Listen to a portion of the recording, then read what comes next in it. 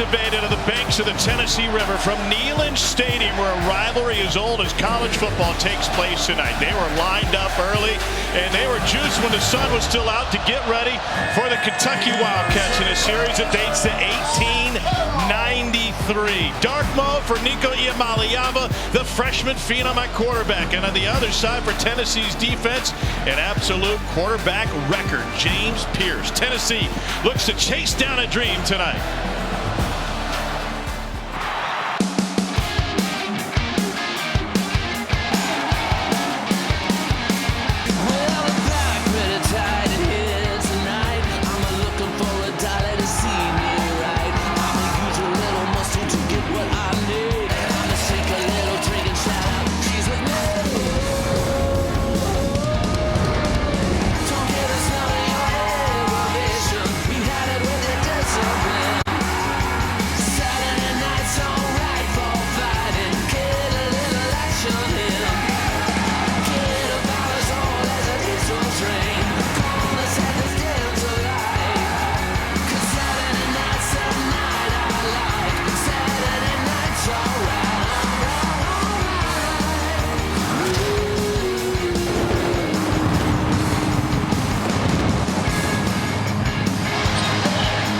Sold out Neyland Stadium is the site for this SEC matchup. We welcome you to college football presented by T-Mobile 5G Home Internet.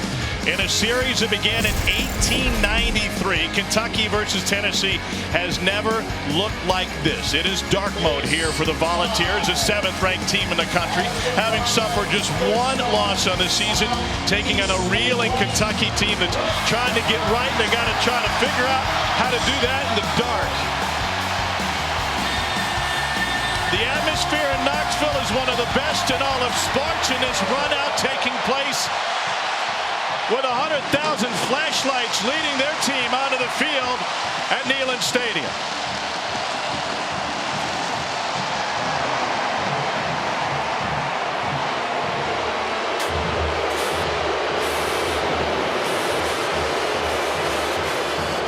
And from the other end, Kentucky spills onto the field looking to snap a 3-game losing streak. Welcome, everybody. We got a full army to bring you this one. Tom alongside Jordan, Cole, and Tori Petrie down on the field as well. Should be a fun one tonight for a Tennessee team that continues to chase down a dream of a national championship and or a berth in the SEC championship game in Atlanta. Everything's going their way.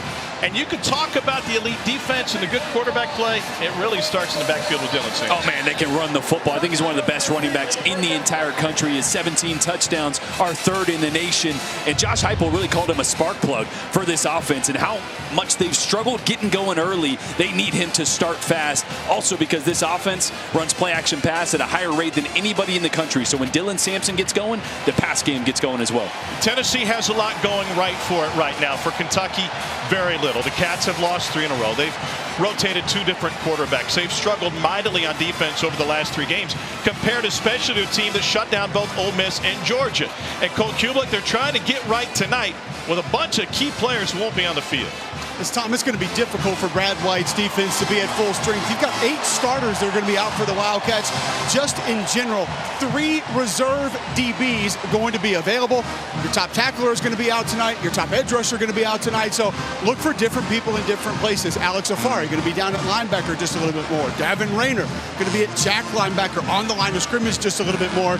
Different players going to have to do different things for this Kentucky Wildcat defense tonight, Tom. And if that wasn't hard enough, given the lack of personnel, they had to deal with 101,000. And here, where Tennessee has won 8 straight night games, Tori Petrie, this is a tall task for the Cats. Absolutely, Tom. This fan base took offense to an Alabama media member saying that Neyland pumps in crowd noise. So we expect it to be extra rowdy in here tonight. And on top of that, it is a border matchup. Tennessee head coach Josh Heupel did a whole night on this border matchup with his team in training camp to teach them how important it is to this fan base. Now, Kentucky's prepared for the noise as well. Their green dot, Jamon Jones-Johnson, will be wearing a clip-on piece on his helmet to cover those ear openings so that can help with the crowd noise and he can hear his coaches over that coach-to-player communication. We also expect to see Kentucky quarterback Brock Vandagriff under center more tonight, guys. And we will watch that, Tori, because Brock told us this week he's not comfortable under center. Tennessee won the toss, elected to defer. Cats will get the first crack at it.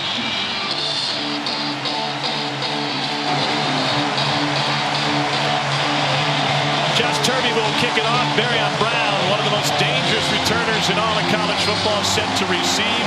What a sight here in Knoxville.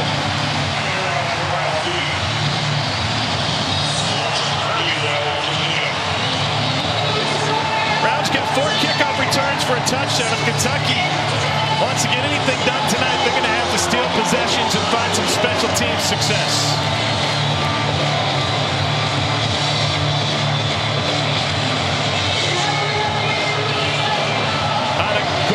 November evening, we welcome you to SEC Saturday night.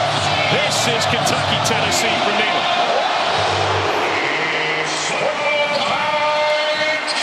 Brown's going to bring it out from a yard deep. He's got a gap, and he gets tripped up just past the 20. Brock Vandagriff was benched in the second half of the Auburn game last week for Kentucky. They have gone back to him. We expect this to be his show tonight. Different performances in the wins versus the losses. Yeah, it's been a bit of a rocky road for the former 5-star. He had the highest of highs against Ole Miss, knocking him off on the road, but the last few weeks really struggled with accuracy and consistency. The protection has got to be better around him, though. That's where it starts for Kentucky. Jordan Dingle, tight end, is out. Gerald Mincy, offensive lineman, is out. They're down a running back, but Denny Sumo-Karngbe does return. And they're facing a Tennessee defense that pressures you from beginning to end. Vandagriff starts in the shotgun. Sumo-Karngbe straight ahead, and a huge hole for Jamarian Wilcox, who finds the sideline. And Kentucky strikes first on a massive gain on first down. 50-yard sprint for Jamarian Wilcox, the freshman. Boy, a huge block by the left guard, Jagger Burton. Watch this right here. He's going to open up the hole for Wilcox. Bam, right there on the defensive end. And a great start for Kentucky. They needed to get things going on the ground, need to shore up the protection. No better way to start against this rowdy crowd than a big run. How rare is that? Only the 4th play of 30 yards or more allowed by this Tennessee defense this year. Sumo-Karngbe is now in at tailback as Brown motions to Barion Brown, wide open. And Brown picks up 8 on first down. What a start for this Kentucky team, which, mind you, jumped out to a 10-0 lead against Auburn last week before everything fell apart the second quarter on. Yeah, and that's got to be the recipe tonight. Run the football successfully, but then get Barion Brown the ball in space as much as possible. Tennessee loves to run man coverage on defense. So if you can move him, force the defense to either follow or switch, you can find ways to get him open. At the top of your screen right here. 15, Kamari Anderson is also in as a tight end. The handoff to Brown. There's a flag down in the secondary as he maybe picked up the first down. The stick went down as he went out of bounds. Looks like he was just short. We'll see what the flag is. SEC crew tonight led by Ken Williamson, our white hat. You see my scribble? That was really good scribble. Offside. Defense, number 42. 5-yard penalty in the previous spot. Result of the first down. That's Tyree West. What a start for Kentucky, and it's a little chaotic right now from that big run to the flag to your scribble. Everything's just out of. You know, we got these new iPads that are the tellies, and they're a little finicky. You know, it's you know, the crowd noise got to me too. It impacts everybody.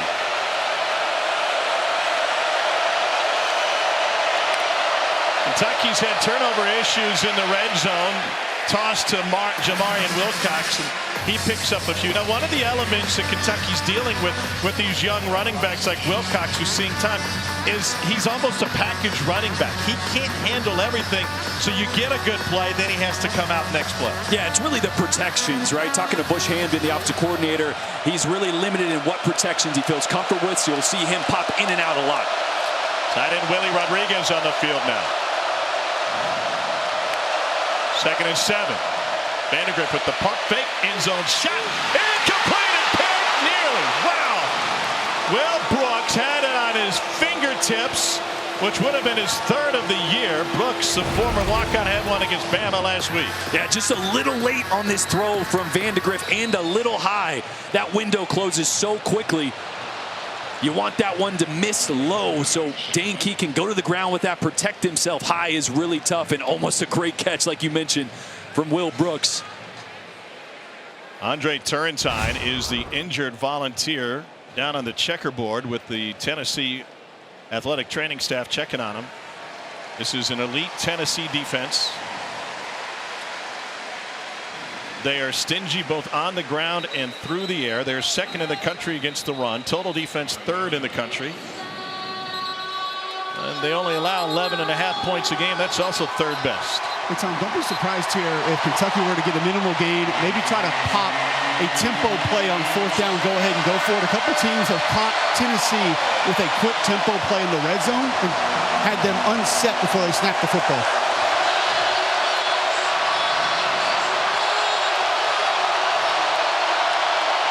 This fan base is full throat on third down.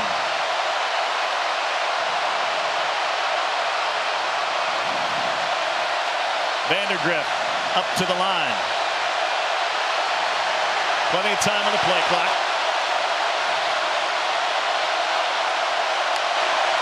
See if everybody got the call. It's a QB draw. Vandegrift fights to the 5. And that'll set up 4th and 2. You got to take the points here tonight, right? I don't know. Put yourself in Mark Stoops' shoes, right? I mean, this is a Kentucky team that's struggling, right? You got a chance to make a statement on this opening drive, quiet this crowd down a little bit. You picked up what you needed to on that third down to set yourself up for a short 4th. You're not winning against game-kicking field goals. They're 6 of 16 on 4th down on the season. Play action. Flicks it end zone, incomplete, and it's an empty trip for Kentucky. Dane Key blanketed by Ricky Gibson III.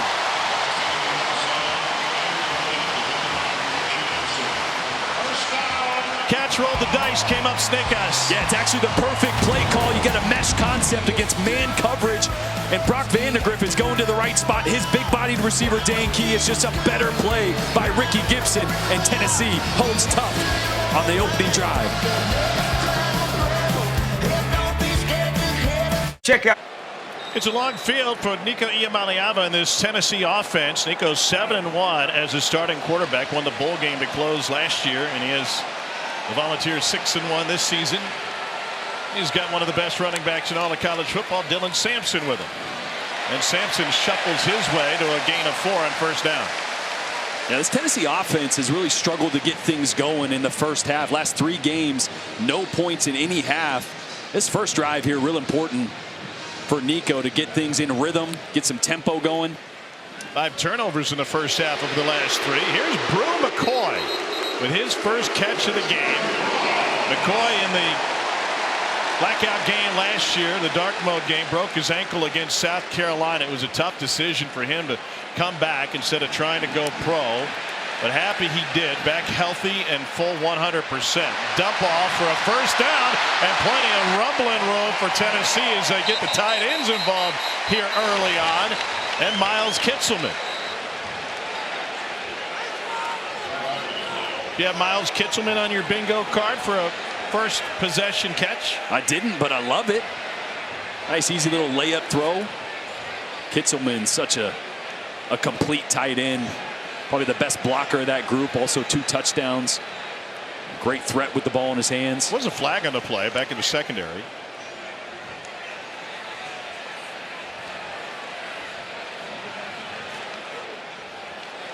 This one's going to go against Kentucky, and Josh Heupel will decide whether he wants to accept it or not. I think one of the things that we lose sight of when you're playing so many subs, obviously the talent drop off from a first stringer to second stringer, especially in SEC play, can be huge. Illegal substitution on the defense. That penalty is declined.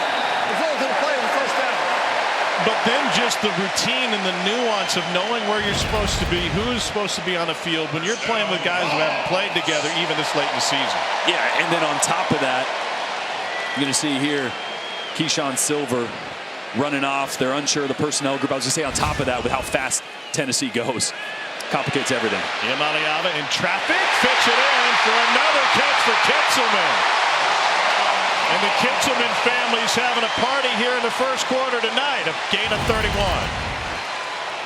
Watch the play action. Look at all those guys up now running backwards. Nobody on the second level to track down Kitzelman. UT 6 with a tempo. Here's McCoy again. Both of his parents were college athletes. Northern Illinois, dad a football player, mom a volleyball player. That's a pickup of 8. Bruins without a touchdown this season. I was shocked when I realized that. Sampson straight ahead. And Dylan Sampson motors his way to the 15. He's 5'11", 201 pounds, and he might just be all muscle. Yeah, and how he gets north and south so quickly is what makes him special. The way he physically finishes every single run, defenders hate to see him in the hole. Sampson taken down just behind the line of scrimmage. You know, this Kentucky defense has kind of been unrecognizable for what we're used to seeing from Brad White. Over 500 yards, 7 touchdowns on the ground the last 2 games combined. The defensive front here on a drive that's already long. They need to bow up here. Nico has nowhere to go, and he gets taken down by Ripka. Second straight tackle for the Tennessee native out of Dixon County High School. His nickname is Chunky, and he just chunked Iamaleava for the first sack of the game. Yeah, a little confusion there. Nico was looking to Holden Stays, the tight end, for a quick throw. Stays didn't know it was coming, so Nico had to hold on to that one. First third down of this opening possession for Tennessee. Kentucky came up empty, went for it on 4th down near the goal line, but got stopped on its first try. Iamaleava chased from the pocket on the run with a flag down, delivers a strike to the perimeter. That's Chris Brazel. You were talking about Holding offense number 74. 10-yard penalty, previous spot. 3rd down. Pardon me, it was Kitzelman with the catch. It was Campbell trying to slow down Ripka. The idea that when Nico doesn't have to think and just lets his talent shine, like we saw that time rolling the pocket regardless of the flag, he could be a more efficient thrower. Yeah, he's so physically gifted, and when he doesn't think, like you said, he just reacts, lets his athleticism take over. There's nobody better. It's the times that the pocket's kind of clean that he's just barely been off on some of these deep throws. And really tonight, I want you to pay attention to the arc or the air that he puts on deep throws when he lets it go. He's got to put more air on it, let his receivers adjust. McCoy split out to the near side on 3rd and long. To the screen on the far side, and Brazel this time, and he gets bottled up and taken down at the 25-yard line. Only a gain of 4. And a really good tackle there by a true freshman to Ryan Nichols out there. This secondary for Kentucky is really banged up. They really only have 3 corners at all. So not a lot of subbing in that secondary, and a good start for Kentucky to slow down a drive that looked promising. Max Gilbert's long this season is 45. This would be from 43. How much wind in Neyland tonight? On a beautiful November afternoon, and he hooked it. An empty possession for Tennessee. That's got to feel like a win for the Kentucky defense. The sack set UK up for the stop, and the result was a long field goal attempt for Max Gilbert, who's only missed 3 all season, and this one never looked good. Laces were out, the kick was out. On an intense night at Neyland Stadium, both teams come up empty on their first possession.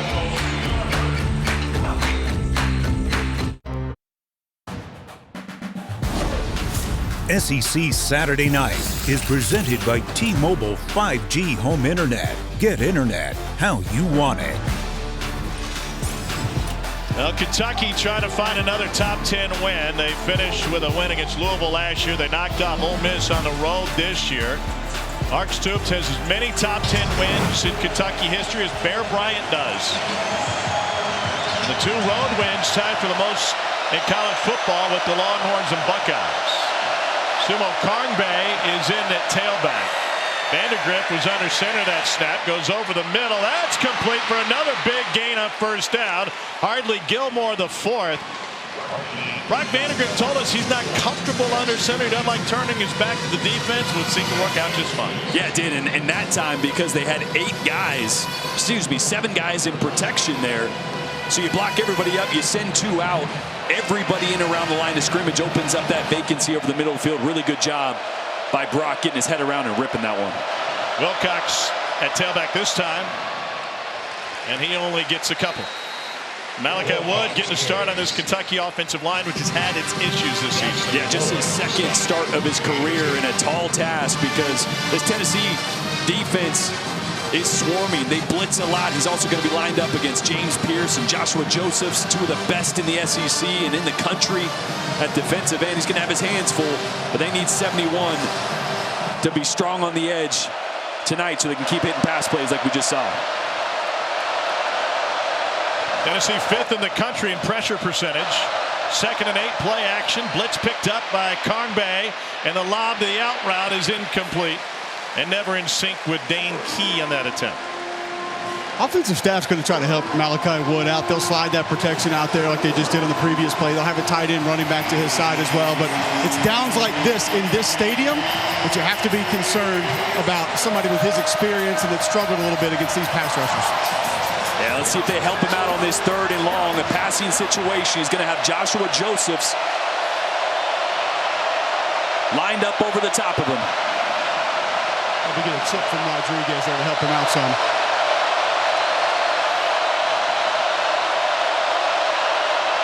Tennessee brings 5 man coverage on the perimeter. A lot of hand fighting, and the flag comes flying in on a catch made by Dane Key.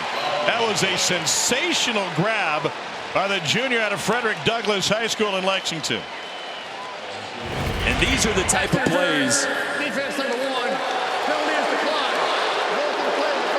These are the plays they need Dane Key to make as frequently as possible. 6'3", 210 pounds. Like I said, a lot of man coverage, and I love that Brock Vandegrift purposely underthrew this one. Knew he wanted to just give his guy a chance to make one of those 50-50 catches, and that's a great job by Dane Key to bring that one down. A guy who has really improved his catch radius, struggled with drops early in his career. He's as consistent as it gets now. Past Dickie Lyons, now 5th all-time in Kentucky history. The out route, and Barion Brown. And he is quickly taken down, but Kentucky's offense has been moving the ball down the field, and a much better start for a shorthanded team that I think you would expect against this elite Tennessee defense. Yeah, we've seen some wrinkles, right? We've seen Brock Vandegrift get under center, really work the play action, try to suck up this aggressive Tennessee defense to attack them behind. We've seen Dane Key involved, Barion Brown. This is a great recipe early from offensive coordinator Bush Hamdan. Couple of huge gains means Kentucky's averaging 10.5 yards per play early. Pressure, and he finds a tight end wide open, Josh Caddis, and he rumbles in for the Kentucky score. 27-yard strike for a bloody Brock Vandegrift for the junior from Cincinnati, Josh Caddis. We talked a lot about Malachi Wood, right tackle. He's lined up at left tackle. That's your tight end right there. Josh Caddis lined up at right tackle, so nobody has eyes on him, runs right up the seam, untouched. Safety is not paying attention to that. He's looking at the field side. Great play call by Bush Hamdan to hide his tight end at the right tackle position. Here's Alex Rayner for the point after. Go Big Blue rings out on the road for a Tennessee team that allows a first-quarter touchdown for the first time this season. Cats getting creative as they need to on the road. We used to call this play fight song because every time you line up in it, strike up the band, it's a touchdown guaranteed. And Josh Caddis brought that one home, and we're seeing some offense from Kentucky, and it's tied up on Rocky Top.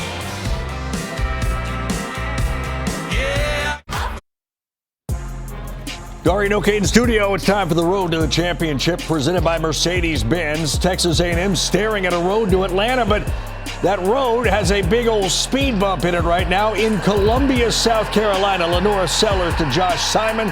Sellers also ran one in from 23. 14-3 cocky over the Aggies.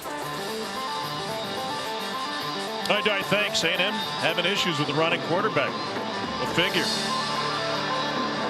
Nate LaRosse to kick it off for Kentucky.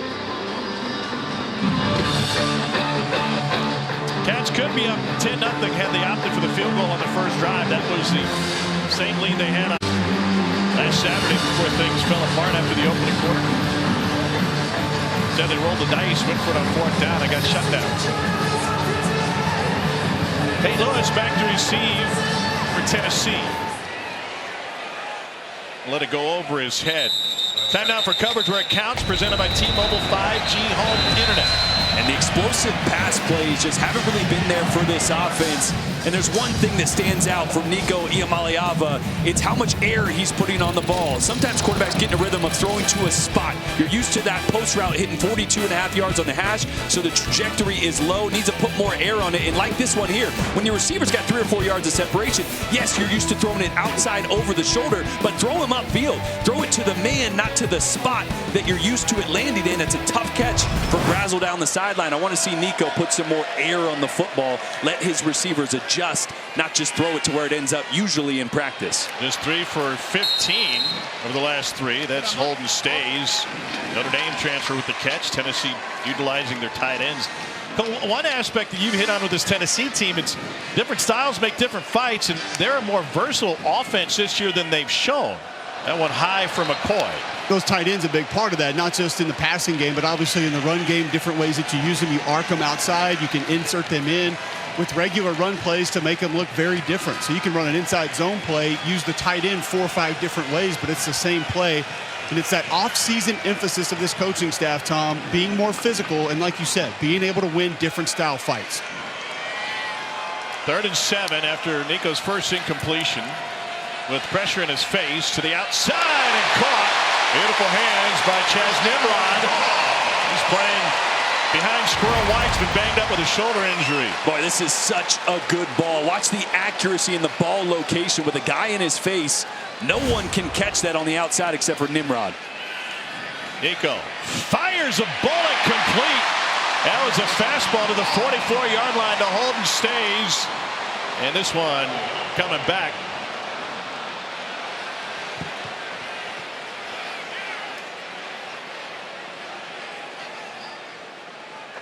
Illegal touching on the offense. Number 19 was covered up by a teammate on line of scrimmage.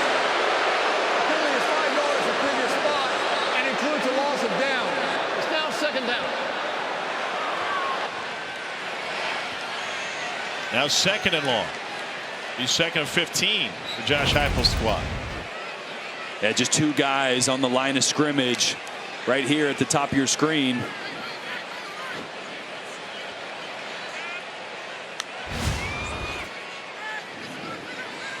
Clapping a check to the sideline and a direct snap to Sampson. Tennessee getting creative, and a flag comes in at the tail end after a pickup of 1.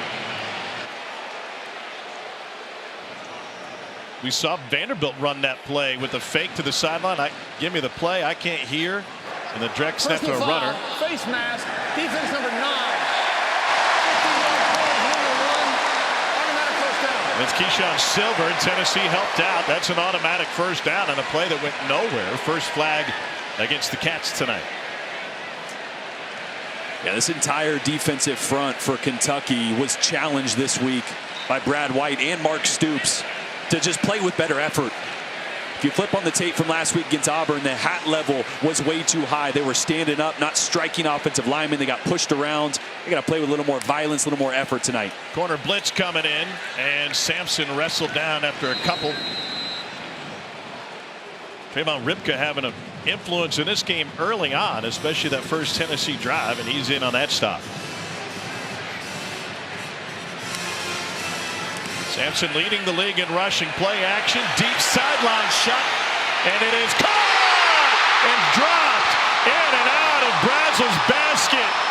And Tennessee misses, and Josh Heupel and Joey Hazel both told us it's not all on the quarterback. Yep. You got to have everybody in sync on the deep balls, and that one was perfect until the end. Well, remember that breakdown I just did? Why throw it over his shoulder when he's got him beat upfield? It is a perfect ball from Nico, and Brazel just not able to survive the ground there in what would have been a big touchdown and one of those much-needed explosive plays through the air.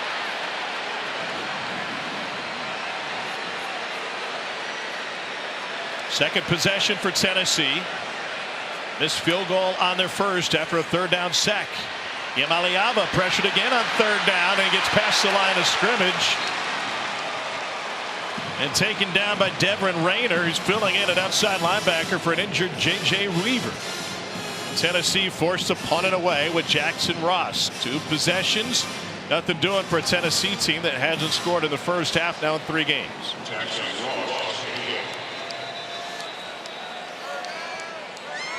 Kentucky uses a timeout. Kentucky, first timeout in the half. This will be a 30-second timeout. 4th and 8 seems like an aggressive play call if Josh Heupel wanted to fake it here. It's a long distance to cover.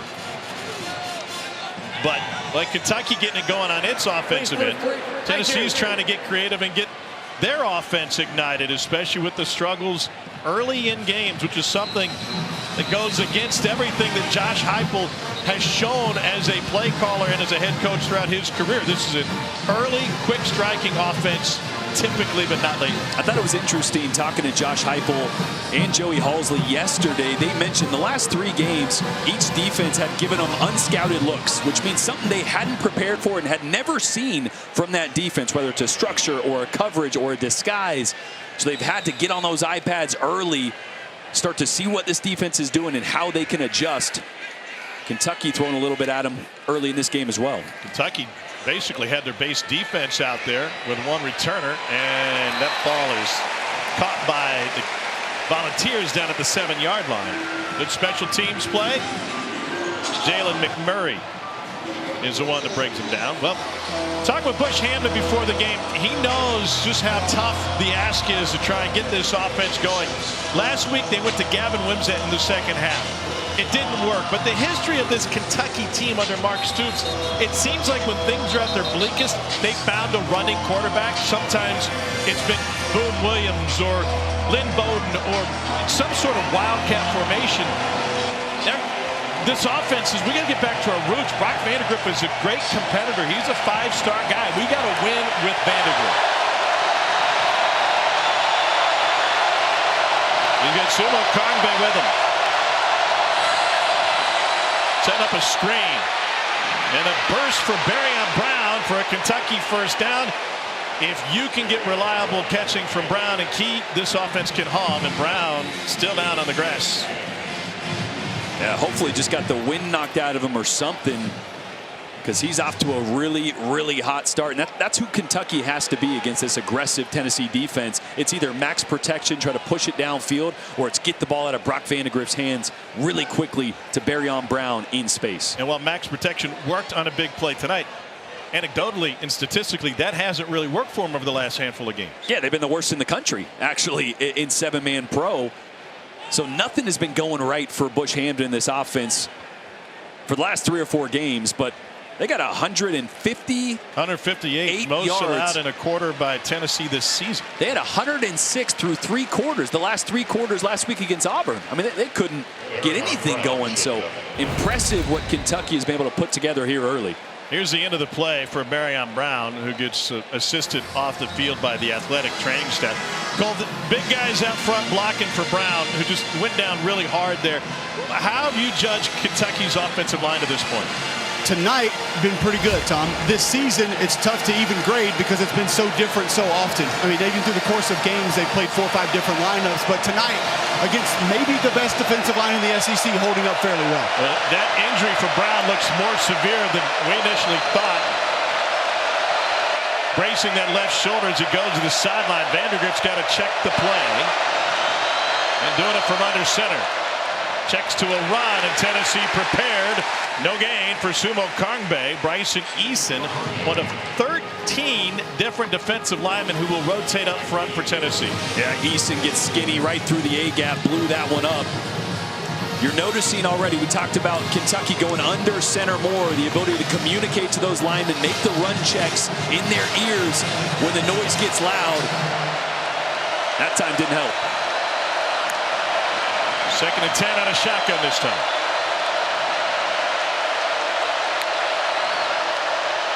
Vandagriff has his running back, wants to go deeper. Now he's going to tuck it. And he got popped as he came to the sideline by Norman Lott, who put his hands out. Omar Norman Lott is a defensive lineman, and well, he acted like one on that 2-yard run. He just said, "You want to come over here? Meet my hands." Yeah, I'm a little surprised the flag wasn't blown here. Yeah, you gotta flag that. It wasn't a "you ran into my extended hands." He was extending the hands into back there. That is a big miss by this officiating crew. 3rd down.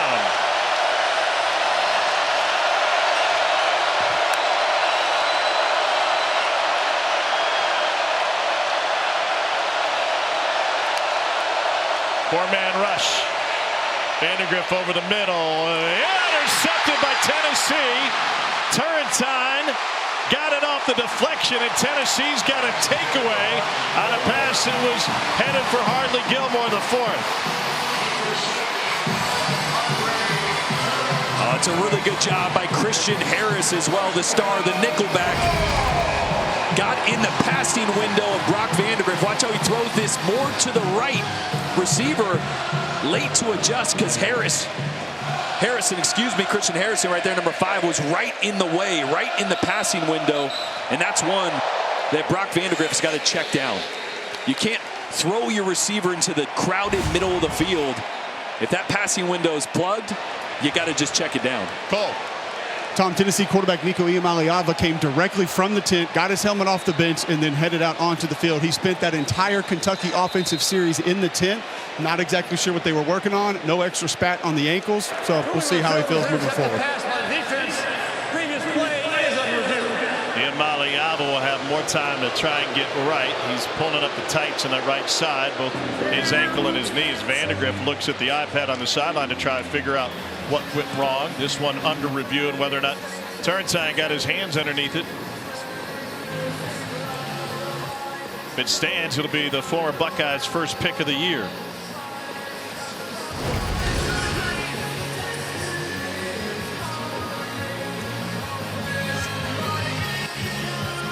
Great focus and concentration. Sure looks like a catch just from the initial angle.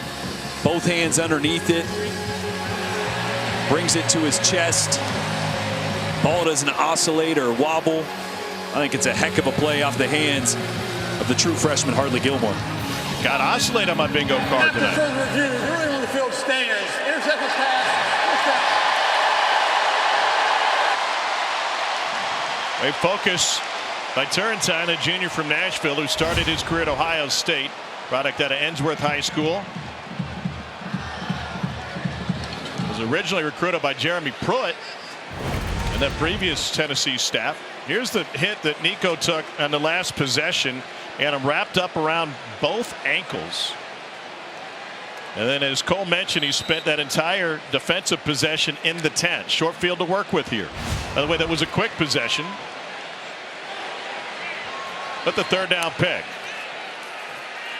Backwards pass to Dylan Sampson. So this will count as a run, and Sampson tightropes the sideline and picks up a Tennessee 1st down. Damon Dumas Johnson forced him out. It's a gain of 17. Yeah, any way you can get the ball in number 6 hands. As the Kentucky defenders down in the secondary. That's Christian Story. The SEC, specifically Greg Sankey, put out a release today saying that they will no longer tolerate feigned injuries. Not saying this is the case with Story, but it was very direct language saying that both coaches and players would be open to fines and suspensions. Watch number 4. He was calling to come out at the end of the play. Yeah, actually before this moment here, you see him limping on the sideline, on Tennessee's sideline, something with his ankle. You can tell he was hurt before he walked back out onto the field. And because of how thin Kentucky is in the secondary, Christian Story limping off the field is a concerning sight for Brad White and any Kentucky fan. They have 3 corners out of this game, and it might be some musical chairs on the back end if Story's not able to return. They're going to have to lean on some youngsters, and they lost depth at both spots. Squirrel White in motion. Dylan Sampson pinballs his way to a gain of about 4 on first down. Kentucky says the ball came out. Cats end up with it. There is a flag on the play. Tyrese Fearby says it's our football, and the officials agree. Jamon Dumas-Johnson was yanking that football as Sampson was going to the ground. And I believe the flag was used to spot the ball as the official couldn't get his beanbag, and indeed they motioned that there was no flag on the play. Main question is whether or not he was down. Yeah. Going on field with a fumble, recovered by the defense. First down. Boy, just a heads-up play from the veteran, knowing that possessions and turnovers are going to be massive in this game on the road in a hostile environment. They asked more of Jamon Dumas-Johnson, the Georgia transfer in this game. He's wearing the green dot with the defensive coordinator's coach-to-player calls coming to him due to some injuries at the linebacker spot. De'Aaron Jackson not available tonight. J.J. Weaver out. And as Cole mentioned, it's starting to show guys playing out of position. First quarter success for Kentucky in consecutive weeks. Can they build on it? To the run game. Jamarian Wilcox spurts free and crosses the 30, but there's a flag in. Flying in from the back judge after a gain of what would have been 8.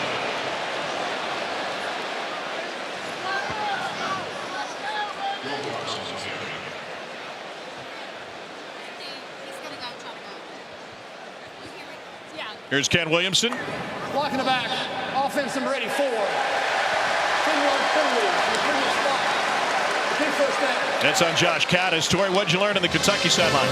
Yeah, Barryon Brown's been in the tent for quite some time. He went in holding his rib cage area. They said he is questionable with a rib injury. Meanwhile, Story's been having his right knee worked on. He's been jogging around a little bit on the sideline. He's going to try and go back in at some point. Well, Tori, thank you. So first and forever now for Kentucky. Coming off the penalty. Well, James Pierce here working on Malachi Wood, the right tackle. Blakelock late. They just get it off. And no, they did not. Kentucky got a timeout called just as its play clock went to 0.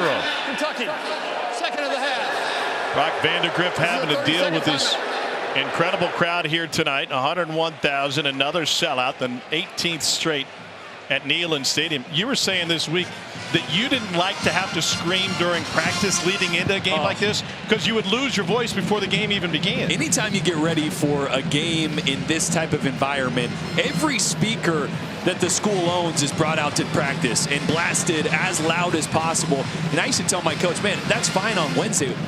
Thursday, I got to have a break. Yeah. I'm not going to have a voice. I mean, you spend 2 or 3 days just screaming every single rep.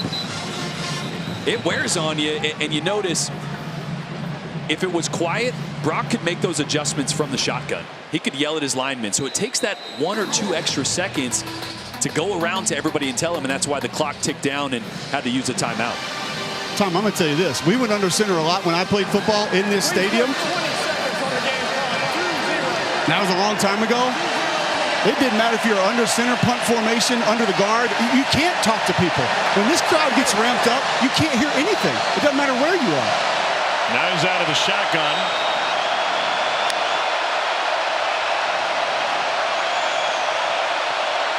Tennessee can bring all sorts of pressure. They rush 4. Incomplete. Key turned in. The pass was out. Key thought he was being held.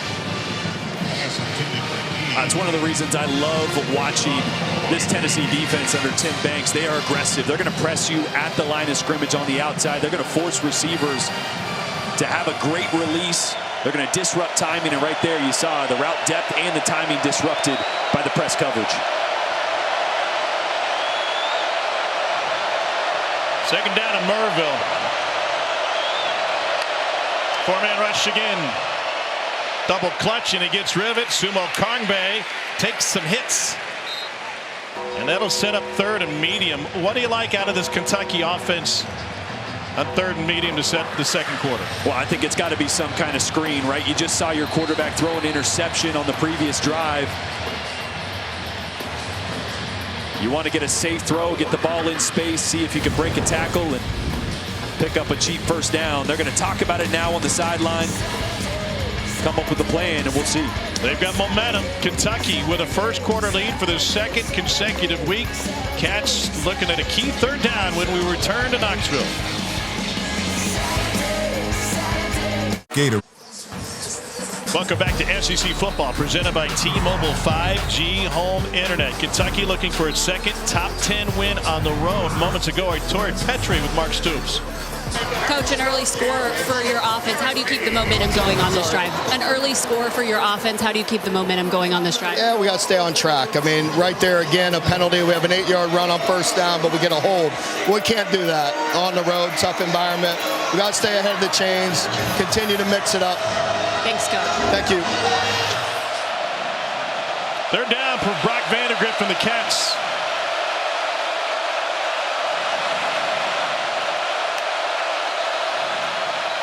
We got whistles pre-snap.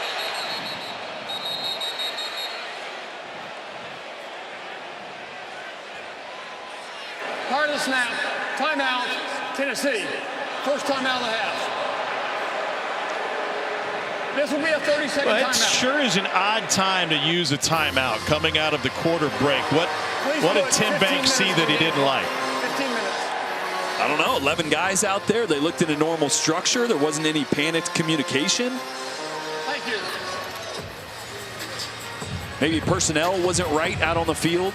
Tim Banks per the call made. He's done a tremendous job this season. Fourth year after coming over from Penn State, where he was their DC for 5 seasons. This is, by all accounts and all measurables, an elite Tennessee defense. Yeah, and what he's done in the 4 years since he's been there, he's gotten better every single year. And this year, nearly the best in the entire country in every single category, as you see here, in points per game, yards per game, third downs, top 3 in the entire FBS. He's done a great job. It'll get loud here at Neyland. Third down for the Cats.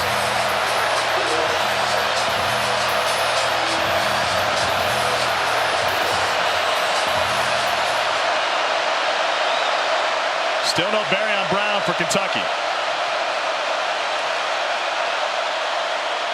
Vandagriff goes for the screen. Sumo Kongbe never had it. It falls incomplete. Will Brooks was the one that delivered the hit. Banks bragged on Brooks in our meeting here yesterday. He said when we showed up, this guy was playing special teams, giving it his all, and he just kept showing up and kept showing up. Had a key pick against NC State and then a big one last week against Alabama, or last time out, I should say. And a great job staying backside. Kentucky came out with 4 receivers to one side, really tried to get them to overcommit. He didn't, stayed home and snuffed that one out. Squirrel White is in for a punt return for the first time in a little while after battling a shoulder injury. Things have gotten so dismal for Kentucky, they've even rotated punters this year.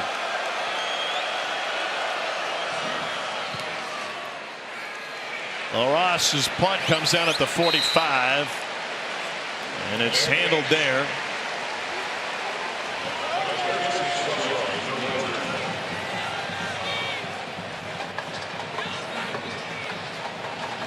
So another short field for Tennessee. I think it was actually Jermon McCoy out there for the punt return, because we've seen Squirrel out a couple times, but really banged up still, and how much he's able to play. He's out there now in the slot, to be determined. His shoulder injury It's kind of nagging. He's been in and out of the lineup quite a lot over the past couple weeks. Such an important piece for their screen game. Good to see him out there now. Sean Bishop, freshman out of Carnes High School here in town, in at tailback. Delivered on time to Dante Thornton. He took a lick and the second man in. That was Jamon Dumas. Johnson cleaning it up. Second and short. Fourth possession for Tennessee. They've got a missed field goal, a punt, and a fumble so far tonight as Bishop picks up the first down.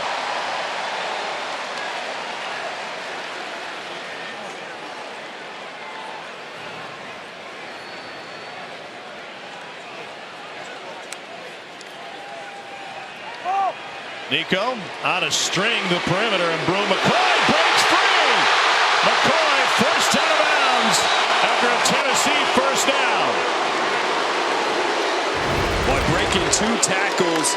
To Ryan Nichols, the true freshman, tries to bring him down first here, and then Ty Bryant comes in later. Brew McCoy, such a big guy, 6'3", 230.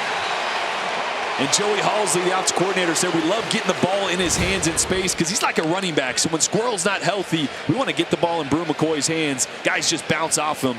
And you saw it right there. 2 guys bounced off him. You know, he's got that cookie deal. Moonshine Mountain cookie for every touchdown he scores. Ooh. Nobody's gotten any cookies this year. Deshaun Bishop is the injured. Tragic. It is. Do we get cookies? I think. I want a cookie. You know, I did bring some dessert for you, maybe second half. So we got something lined up. You're acting like I can't double up, though. No, I would never doubt you when it comes to desserts. Bishop had a monster game when we were last year against Kent State. He went for $120 and a couple of touchdowns.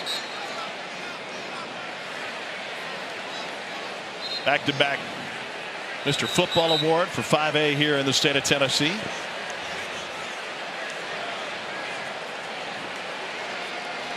Tennessee 0 for 1 in the red zone with a missed field goal. The 43-yarder that occurred after a big sack by Trayvon Ribka. So Dylan Sampson back in the game.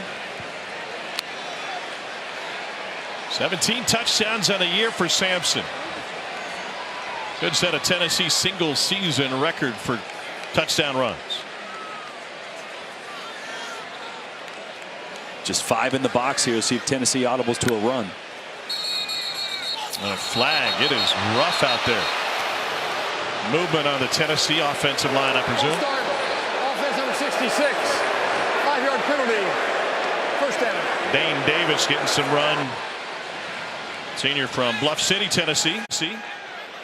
Dane Davis, he'll play both tackles, bouncing back and forth, spelling John Campbell and Lance Hurd at times. Like I said, Nico looked to the sideline there. Kentucky had 4 guys deep, just 5 in the box. Audible to that run this time, 6 guys in the box. Kentucky did a horrendous job trying to stop the run last week against Auburn. That one is a little low, but Squirrel White scoops it up. Brought down by Zion Childress. It's a gain of 5. And you'll notice, right? So I just said 5 guys in the box. They tried to run the football. 6 guys in the box. They get tight. They're going to try to play it on the perimeter. It's a numbers game for this Tennessee offense. They go to the end zone. Kitselman has it popped out. What a lick. Jordan Lovett was all over him. And Kitselman, the Alabama transfer, will have to exit. What a great play by Jordan Lovett. A great play design to sneak Kitselman right up the gut. And actually a really accurate throw. Just had to hang a little bit. And Lovett makes a great play, putting his shoulder there on the ball, not leading with his helmet. Really smart play. That's his second shot to the end zone that a Tennessee receiver has failed to squeeze. Remember, Brazel's in the first quarter on the deep ball. And that one's so hard because Kitselman is actually almost right in line with the quarterback. So if you throw that on a line, it's tough for him to adjust. He had to put enough air on it for Kitselman to turn and make that play. And it was just enough air for Jordan Lovett to sneak in there. Tennessee. Josh Heupel uses a timeout with the Volunteers looking at a 3rd and 10. Early struggles on Rocky Top for the 6th-ranked team in the country. Miles Kitselman was this close, but Jordan Lovett separated him from the pigskin.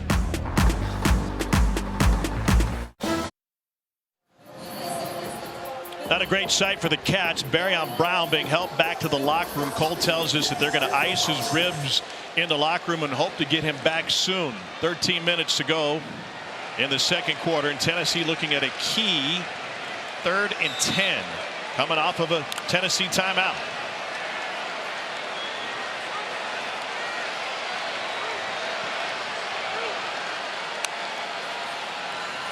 Yamaliava has time until he doesn't, and he somehow escapes a Houdiniac by the freshman just to fight his way back to the 20. It's his 2nd sack of the night for Kentucky.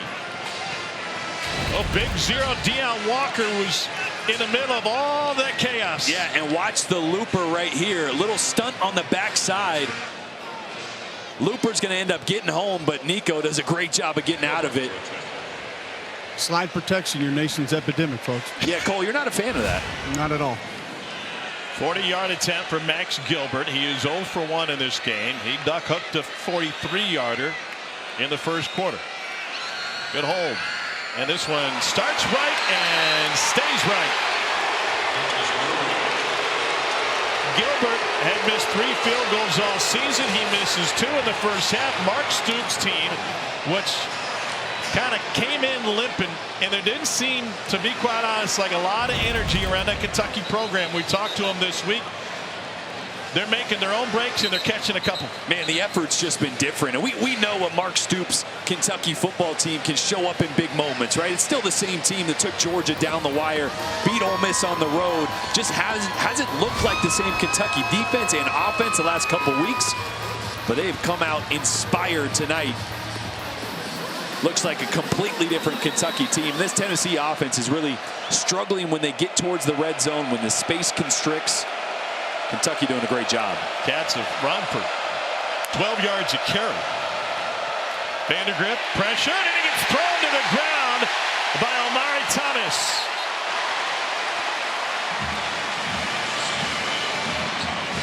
Well, this is where you really miss Barion Brown. This ball should go to your right. The motioner, true freshman,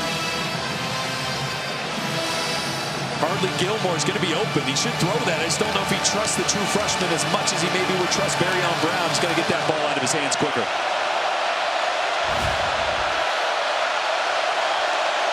Second and 17. Vandergrift pulls it back. Uses his legs to escape. And got popped to set up a 3rd down, but there's a flag back at the 15.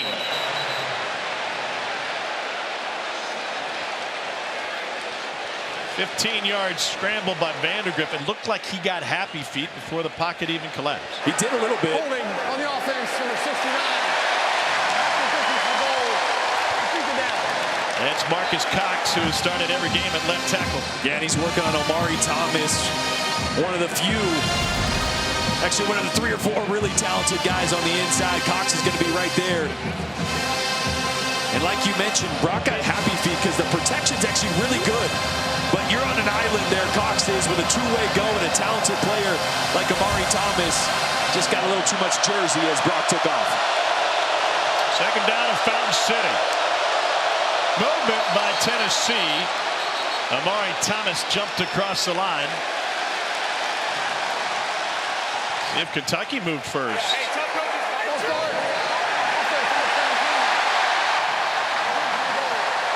Eli Cox, the center, tried pleading his case.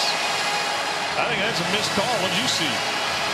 Boy, I think Omari Thomas comes across the line clean. Well, watch the left side soft to Brian. I don't see anybody move until Thomas jumps across the line. Cats can't catch a break.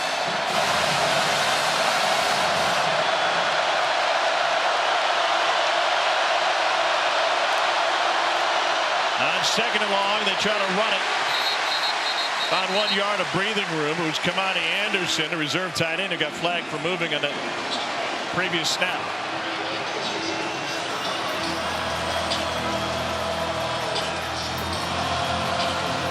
What a scene here in Knoxville. 3rd and 27 coming up. Yeah, and Demi Sumokarngbe, Kentucky running back, comes back into the game. Last 3rd down like this, they tried a little slip screen, getting the ball out of the backfield.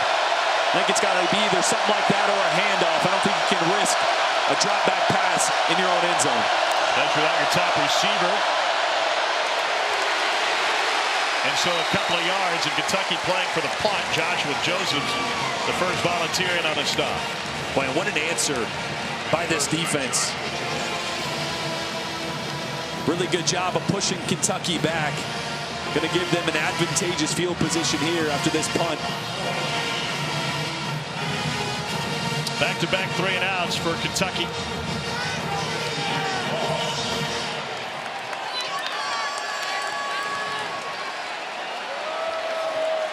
McCoy, the punt returner. For Aiden LaRosse. Beauty of a kick. Back to the 35 and muffed, but recovered by Jermon McCoy. 55-yard punt. What a scene on Rocky Top on a perfect November afternoon in Knox Vegas. Scruffy City coming to life on the weekend. Dory Noka in studio with a Yellowwood 5-star play. We'll call it touchdown number 5 for Ole Miss's Jordan Watkins. The 5 touchdown catches sets a Rebel record, ties a single-game SEC record with Devontae Smith of Alabama and Jalen Hyatt of Tennessee. It was all Rebels in Fayetteville, guys. All right, Dory, thanks. Yeah, what a game for Jackson Dart. He threw for 515 and 6. I guess that's pretty good. Yeah, not bad. Well, Tennessee trying to figure it out on offense. Missed field goal, punt, fumble, and another missed field goal. Those are the 2 trips into the red zone. It's been a bend, don't break defense for Kentucky tonight. Yamaliava hands it off. And a physical run to pick up 5 yards for Peyton Lewis. Yeah, I mentioned earlier how Josh Heupel, Joey Halsley mentioned the defensive structure has been different every first half from these teams, and it is tonight as well. Kentucky's a team that loves to run a lot of one high. Nico going deep, strong arm, it is incomplete. McCoy, the intended receiver.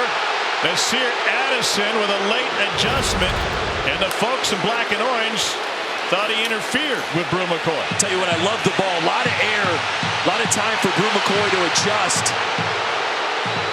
And they're getting physical there downfield. And yeah, that hand, yeah. Nasir Addison is kind of holding Bru McCoy's right arm there. That's why he only is able to get the one on it. Tough to see downfield, but I think he got a little too much at number 5 there. But as I was saying, a lot more cover 4. You see this umbrella that Kentucky's doing on defense? And on 3rd and 5, Sampson able to pick up, Lewis picks up the first down. How do you beat the umbrella? Well, you got to run the football first, right? You got to get him out of that. You got to get him to add one of those 2 safeties down into the box. On first down, connection to Dante Thornton. Or like this, start taking the free access. What's free access? When those corners are playing 8-10 yards off, just take the 3 or 4 yards over and over again until they start to shrink down, play press coverage, and you try to go over the top.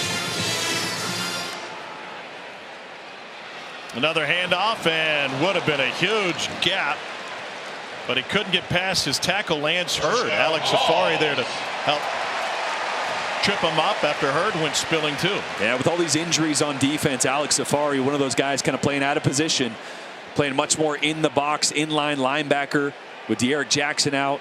Jamon Dumas-Johnson with the green dot playing Mike linebacker. He's the one that gets the coach to player communication. That ball batted down. So really impressive what this Kentucky defense is doing so far with the guys they have out. Obviously, Maxwell Hairston's been out. Jansen Dunn, DJ Waller, 3 DBs out of this game. In their green dot, their leader, De'Aaron Jackson at linebacker, out as well. But man, they're playing inspired tonight so far. So you have to ask the question, with as many reps as you see defensively against Tennessee, can Kentucky have enough gas in the 3rd and 4th quarter defensively? Cats sitting on a 7-0 lead. Low pass hauled in by Squirrel White. Gets wrestled to the ground to set up 3rd and medium. Timing just a little bit off with Nico tonight.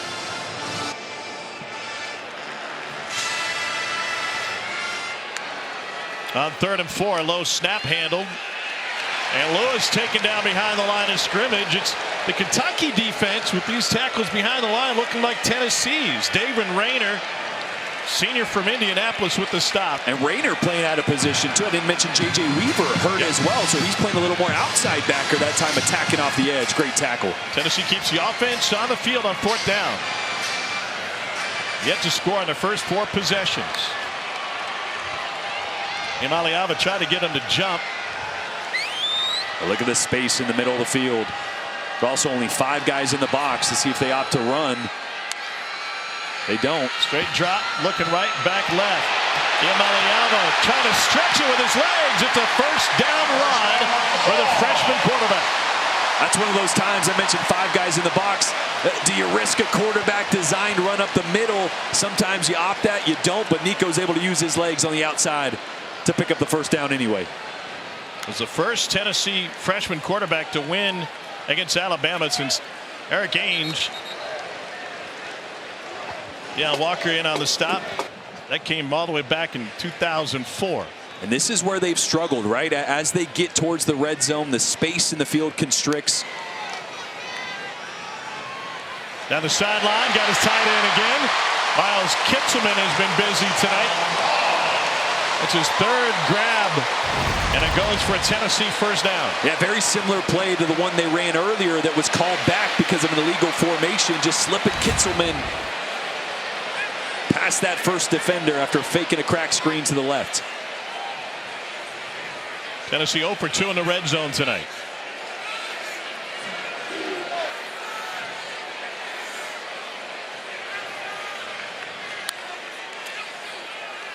To the ground game, and Peyton Lewis.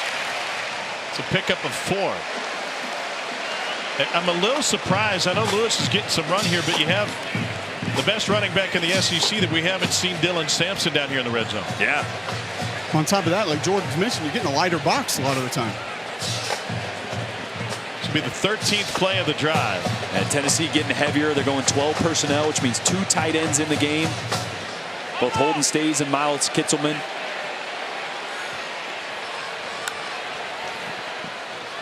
Back to the ground game, to the goal line. And down at the 1 is Peyton Lewis. This is where you maybe go tempo and sneak it. You can get some bodies off the ground. And that is slow happening. Kentucky's got a man down.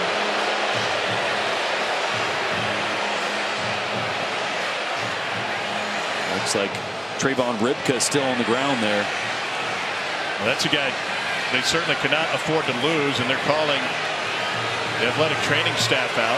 I mentioned a memo from Greg Sankey earlier, and it starts with this line: as plainly as it can be stated, stop any and all activity related to faking injuries to create timeouts.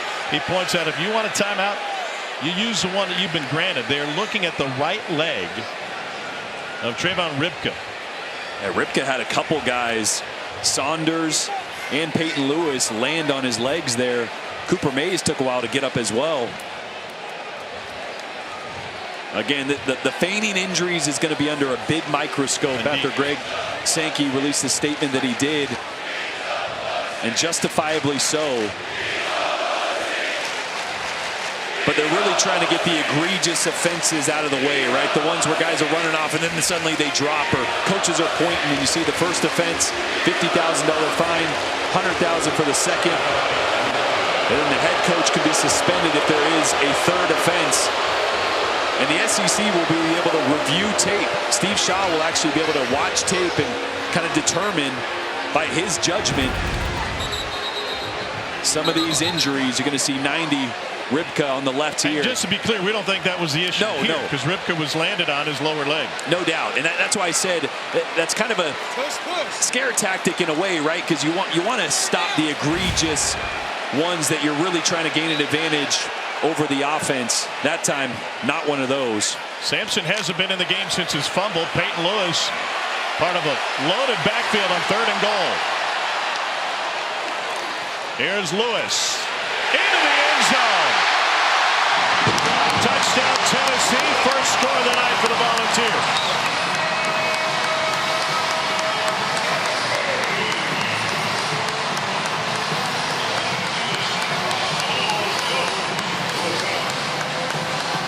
And just a great job by Tennessee of sticking to the ground game. It's been a while since we've seen some first half points out of this Tennessee offense. And it took a while to get things going in this game. But the physicality in the red zone is what finally allowed them to pay off a long drive. Max Gilbert for the point after. That was indeed a long drive. 14 plays, 65 yards, 4:54 off the clock. Gilbert ties it up. Peyton Lewis taking advantage of an opportunity behind Dylan Sampson tonight. And on a dark mode Saturday night, Tennessee finally finds a checkerboard. We are locked at 7 in the first half. Walking with no shoes. Rubber Ducky, you're the one. You make that time oh so fun. Smokey thought this would be a soaking tonight, but not so much. Like you, he wears a hair cap. Yep. Got to keep my curls fresh. Thought that was weird when you sent me a selfie. First time you've complained. Emisumo Kongbe back to receive this kickoff. And Kentucky, after finding some momentum early in this game, remember they went for a touchdown on 4th and goal instead of the field goal. And then they scored on their next possession. Brock Vandegrift, the Georgia transfer, has had a couple of short fields to work with early, but last couple not so much. And since that touchdown drive, 10 plays, 2 yards and 0 points. Yeah, the difference has really been Barion Brown not being out there. Went out with the injury, the rib injury, off the field. Doesn't look like he's going to return. Got to find somebody that can get the ball to quick in space. I would guess he would not return in the first half based on the fact they wanted to ice up his ribs, and maybe there's a miracle recovery for the second. Now they turn to Jamarian Wilcox for a couple of yards. Chip Trainin, the Ohio State transfer, not available due to injury. They're also taking the opportunity to preserve red shirts on some guys at this point in the season. Mark Stoops telling us, listen, we're realists. We know where the season is headed. We've got to play some guys and then, in essence, not play other guys, figure out where we stand going into the offseason. They're going to have at least one massive upset to make it to a bowl this year. That would be either here tonight against Tennessee or on the road at Texas. Vandegrift backpedaling, almost picked. And there's a flag down as Vandegrift got taken down late.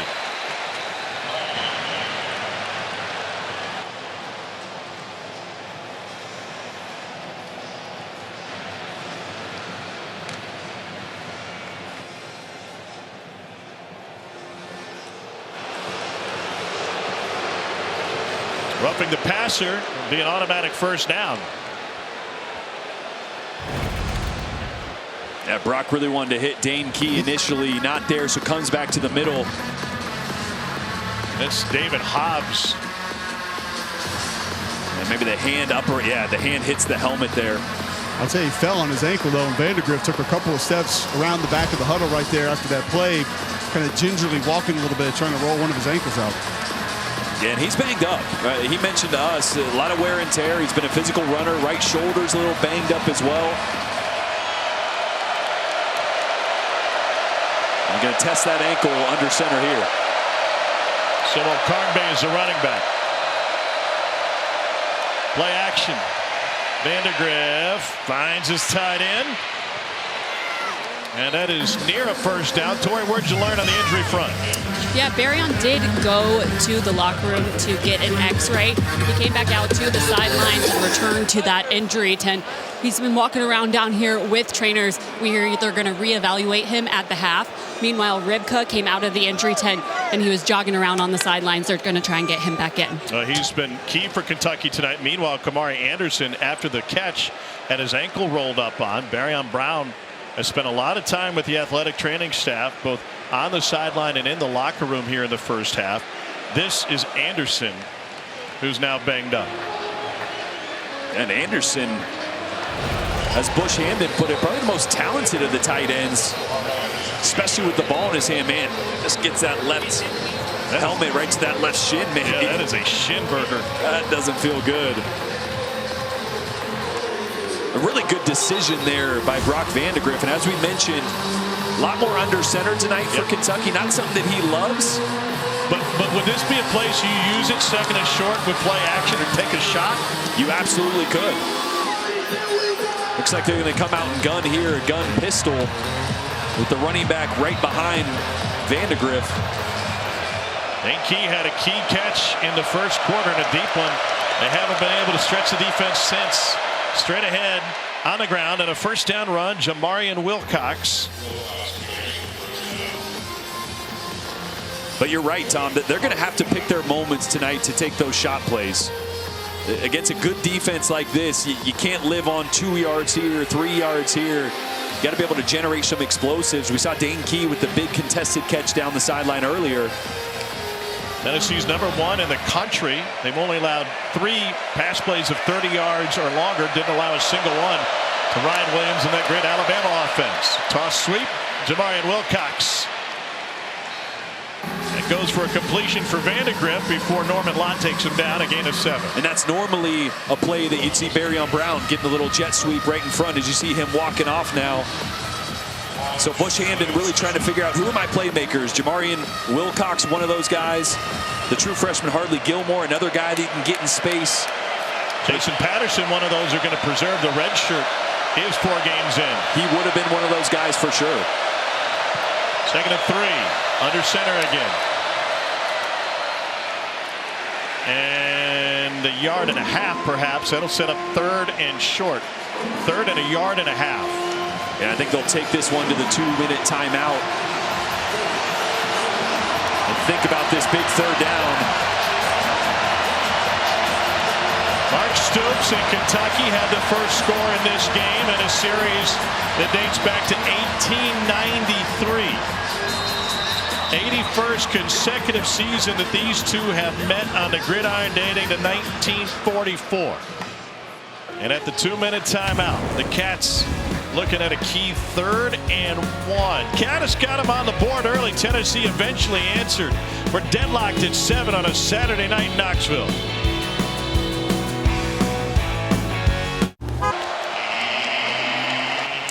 On their feet in Knoxville.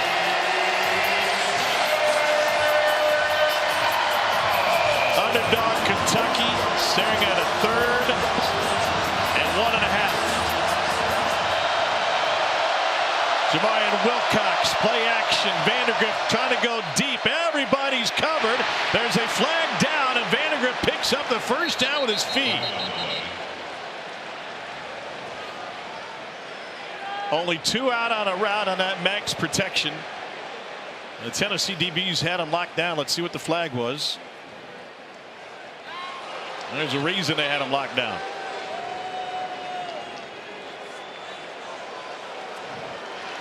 I wonder if that was 4-down territory regardless. I think it was. I think that's the only reason you call a play like that. A little shot play. I'm actually surprised he didn't throw that one to Dane Key. Had one-on-one coverage with Jermod McCoy. Take a shot, right? It was tight coverage, but it's your big 6'3" receiver. Would have loved to see Brock throw that one up. Really good job of making a play. Watch him release right here. The holding's going to be down at the bottom of your screen on number 15. That's the one-on-one shot I thought he might take, but 2 first downs via penalty against Tennessee on this drive.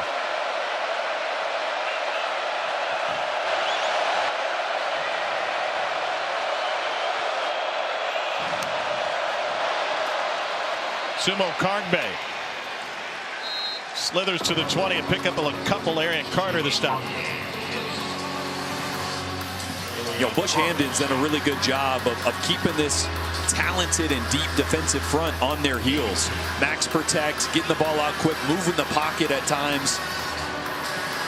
I think just a couple pressures on Brock Vandagriff, but haven't been able to come clean and get a big hit on him yet. It is a deep and talented Tennessee defensive line led by James Pierce.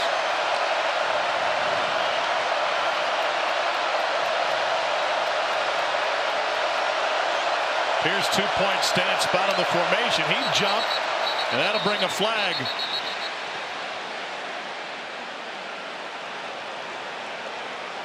Pierce was itching to get in on the play. He leads the nation with a 21% pressure rate. Yeah, and it's been impressive watching the unselfish nature of James Pierce. As you see, I mean, he's one of the best at those jumps on the snap. A little early on that one. But a projected top 10 pick, and he has been rotating a lot with Joshua Josephs. They've been alternating starts. His snap count way lower than a lot of the other big-time defensive ends across the country and even in the SEC. But like you mentioned, he makes an impact at a higher percentage than anybody in the country. That's why scouts absolutely love him. Preseason All-American. He's on every Defensive Player of the Year award list. Mark Stoops is wondering why the play clock was rolling. They precluded the snap from happening after the ball was set when the officials went and had a quick discussion with Josh Heupel.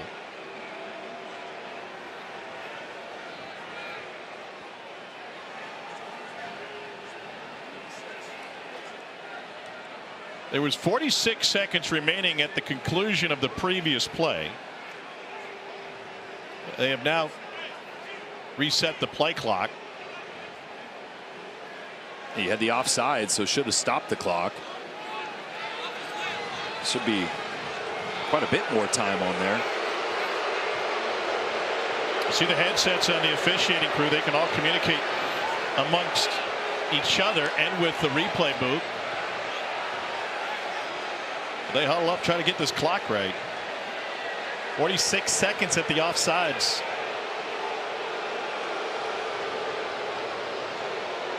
How important is a Kentucky score here? Oh, it's huge.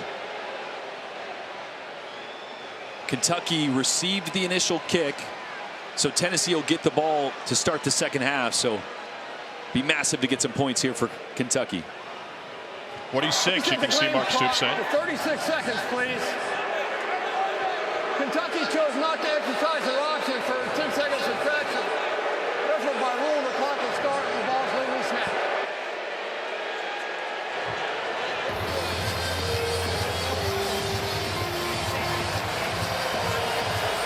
Yeah, Mark Stoops not agreeing with that. He's saying it should be 46.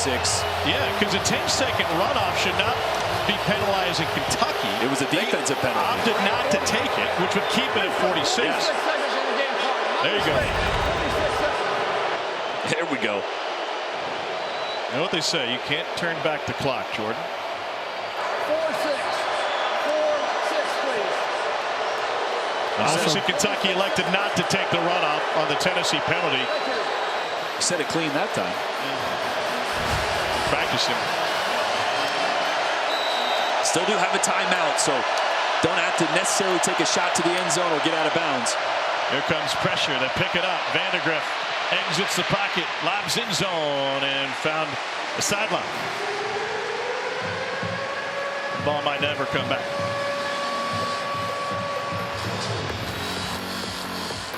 Third down 3. Their kicker, Alex Rayner, is having an All-American season. This is well within his range. 9th play of the drive for Kentucky.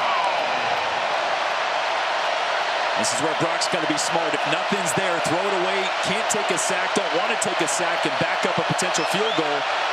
If it's not there, just throw it out of bounds. 4-man rush, quarterback draw. Vandegrift taken down before he can pick up the first down. Christian Harrison with the stop. And Kentucky will try to. Timeout.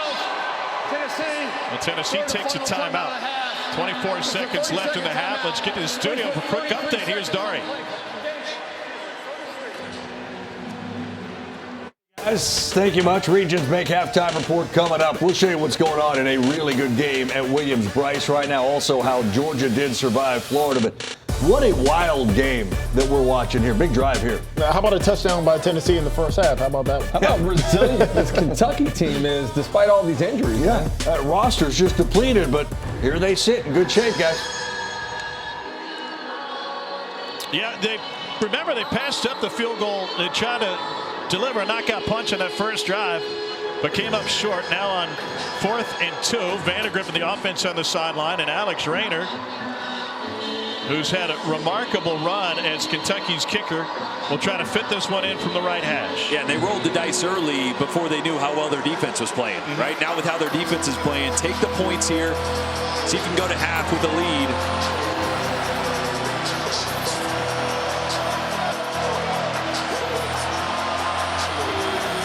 32-yard attempt for Rayner.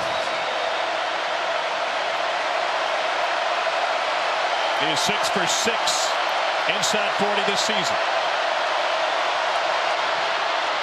And the chip shot is good. Rayner remains perfect, one of just 6 players in FBS that hasn't missed a field goal this season. 13 for 13. 10-7, Kentucky with the lead. I was thinking back to that Auburn game last week. Kentucky built an early lead, and then they lost some momentum, and things just fell apart in the second quarter. The defensive game plan was really good until Auburn figured out Kentucky couldn't stop the run.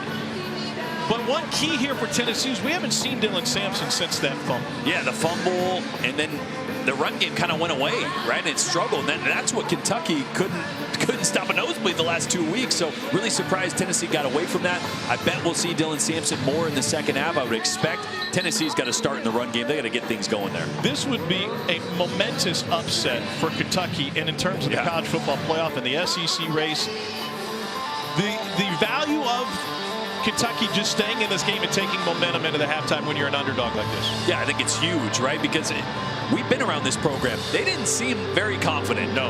In meetings, in the week, the players, the coaches, this builds that confidence because you know it's in there. You saw it against Georgia. You saw it against Ole Miss. It's in there.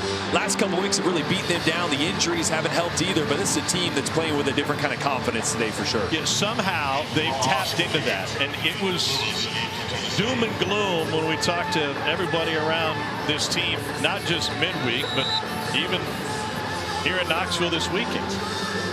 Peyton LaRosse to kick it off. Peyton Lewis is taking the spotlight for Tennessee, trying to make something happen on special teams now. And he'll let it go over his head. And for Nico Iamaleava, a 13 of 18 first half for a $152. Tennessee out of timeouts. And they do get the ball, you know, after the halftime. So this play is kind of a tester, right? Throw the ball, get it in space. If you break a tackle and pick up 15, 20 or something like that, then maybe you push the tempo. Dylan Sampson is on the field. If not, you just take it to halftime. Play clock's already late. Well, they had it reset, pardon me. Iamaleava pressured over the middle, and a bobblehead catch for Nimrod. A Tennessee first down there. One of the best in the country at going tempo. Pickup of 20 on first down. Yeah, there's your tester. Pick up 20. Now you push the tempo, see if you can't get into field goal range. Iamaleava checks it down. That is a first down catch and run. No, he is stopped Gonna have to short. clock it. Gonna have to clock this one. A full yard short. Clock running down. 7, 6. Iamaleava pushed out of the pocket. 3, 2, and the slide down. And there should be time left on the clock. And to have a Hail Mary heave. It was interesting talking with Joey Halsley about Nico Iamaleava's struggles. Josh Heupel says 2 seconds. Yeah, they're going to have to clock it or run a play really quick as soon as the clock is wound. 2 seconds. 2 seconds. You got to run it here, right? You got to run the play. Yeah, because it's going to start on the whistle. 8 deep for Kentucky. Iamaleava was launching him 50 yards in the air pregame. He's got plenty of arm to get there. They say the clock ran out on Tennessee before he got the snap off. Cole, what responsibility does Cooper Mays have in this scenario? Well, if the ball's spotted and your responsibility is just to get it off before the clock expires, then it's on him. If the quarterback's holding him, it's not on him. But Tom, that's why you clock it with 11 seconds left. Then you can try to pick up 8 or 9 yards to get in field goal range. Instead, you're panicking just to try to snap it with a running clock to throw a Hail Mary. They're going to spot this ball. And there you go. There it is. And the half comes to an end with Tennessee, without Tennessee getting a playoff. Everything has come up big blue in this first half. And this Tennessee team is just discombobulated offensively. The freshman slid down with 2 seconds on the clock. This is where everybody's got to be down in a stance. You have to be ready, knowing as soon as that whistle blows, the clock starts. Nobody ready, and the clock expires. What a great first half for Kentucky. They look to build on it. Let's get to the sideline Tories with Mark Stoops. Coach, you came into this one banged up. You've had some more injuries in this. What do you need to do to stay ahead of this Vols team? We just got to keep on swinging. It's one half. Proud of our guys. I thought we played hard and did some good things. So it's going to be a tough second half. We're banged up, but it is what it is. You know, it's the next man up. So we'll see. Thank you, Coach. Cole. Coach Heupel, can you just take us through the operation there at the end of the half, how that clock expired on you? Not sure, man. They didn't clear it. Man, we were ready to snap the football. So, I don't know. End of the day, it doesn't matter. At this point, we got to get ready to go play another 30 minutes. Thanks, Coach. Yep. Dylan Sampson with only 40 rushing yards in this game. The SEC leader with 120 a game. Kentucky is poised to deliver a shocking upset and turn the college football playoff 12-team tournament into a tizzy here first weekend in November. Let's get to the studio. Benjamin Watson, Chris Doering, Dari Nova. Gentlemen. Tommy, it's been turned into a bit of a tizzy over the last several weeks, including today. It is the Regions Bank Halftime Report. It is good to have you with us. We talked pregame. We talked all week about this depleted roster. We showed Kentucky's injury report. It is not supposed to be 10-7 Cats at the half, yet it is, Benjamin. Well, that's why you play the game, but that's why it's a team sport. Football is the ultimate team sport, and we talk about it all the time. The fact that you've got guys who are leaders on this Kentucky team, they've had a tough season, leaders on defense that are out, and you see guys step up and play, Jamon Dumas-Johnson being one of them, recovering that fumble. And, you know, Kentucky, the word you said was resilient. And that's what they've been. But think about what they've done on defense. They've taken the #1 rushing team in the SEC, one of the best rushing teams in the nation, held them to 3.5 yards a carry. And then conversely for Kentucky, they've actually rushed the ball for over 5 yards a carry. And so you've seen the roles flip here. And Kentucky is in a hostile environment, but playing the game the way it needs to be played for them. Yeah, for Tennessee, I thought they'd come out against this depleted Kentucky defense and put up a bunch of points early on. I don't know why I thought that, because Tennessee's offense doesn't play for the first half of the ball game traditionally, and it's the theme of missed opportunities. You know, you have a couple missed field goals in the first half there. Great throw by Nico to Chris Brazel, who drops the football in the end zone. You got McCoy wide open, and Nico underthrows him. So this offense has just been holding itself back for much of the season this year. And if you're a Tennessee fan, you're frustrated looking at what could be, and now they're in a dogfight. As Tom said, this is the crucial part of the season. You should be peaking to play your best, and I just haven't seen that improvement yet, Dar. Yeah, down 10-7 at the break. They will get the ball, will Tennessee, to start the second half. All right, let's show you what else is going on right now at Williams-Brice. That's where we head first. Texas A&M, the lone unbeaten in conference play. They won 7 in a row as they visit South Carolina. Aggies have won 9 of the last 10 meetings, but it was the Gamecocks that won 2 years ago, the last time it was played in the friendly confines of WBS. How about Lenoris Sellers? Has he come to play, or has he come to play? Man, I think he heard us talking about Marcel Reed this whole week and decided, you know what, I can play a little football too. Touchdown to his tight end there. Yeah, I mentioned resilient in talking about Kentucky. Texas A&M resilient, but how about Le'Veon Moss here? He goes down with an apparent knee injury. They had to cart him off the field. Brutal for a guy that's been such a consistent leader for their offense all season. No question. That could be a huge loss for Le'Veon or for A&M. Meanwhile, look at Carolina up 17-6, and that's Amari Daniels. So you got 1 and 1A. Dar, he's 5'9". He just kind of dipped through the hole that was there, used that size to his benefit, and off to the races. What I'd give to be 5'9". And then Reed goes for 20 on the scramble. Reed obviously can move. 9 carries, 48 yards to this point. Down 4. Reed finds Jabri Barber for the touchdown. South Carolina drove down the field, got a big field goal at the end of the half 2020 game. Yeah, good execution at the end. Remember the LSU game, South Carolina went down the field, didn't execute well, and didn't get a field goal before half. This was big for them to kind of stop the momentum and get some of that back on their side going into the second half with a fresh slate. Yeah, South Carolina started the game fast, back-to-back touchdown drives, up 14-0, and the game's tied up here at halftime, and Texas A&M is going to try to come back in the second half and play much better. That'll be a fun 20 minutes or 30 minutes there, fun 30 in the game we've got for you. Knoxville as well, still to come. All right, Florida, Georgia. That's Goldberg. Goldberg, big Georgia guy. Big Georgia guy. Fourth quarter. Florida down 20-13. Already down DJ Lagway. So you've got a redshirt freshman Yale transfer at quarterback. Jacoby Jackson, though, comes in, ties the game, and then Carson Beck delivers to Dominic Lovett. Was not good most of the day, Darian, but the game tied up and the drive on the line there. 5 of 6, including this touchdown pass to Dominic Lovett. Yeah, there's Lovett. Arian Smith there set that up with a big catch there. And then ensuing Florida drive, that young quarterback by the name of Aiden Warner, and he was tough sledding. That's a lot to ask of a kid, my goodness, to come into this game. He went 7 of 22. 66 yards, had the interception, make a couple of nice throws, but Georgia 2 touchdowns in a 58-second span. They get the win, 34-20, and on SEC Football Final, we will break it all down. Meanwhile, how about Big Blue? This is their kind of game. Keep it low scoring, battle on defense, and they lead at the break. This halftime report is presented by Regions Bank, official bank of the SEC.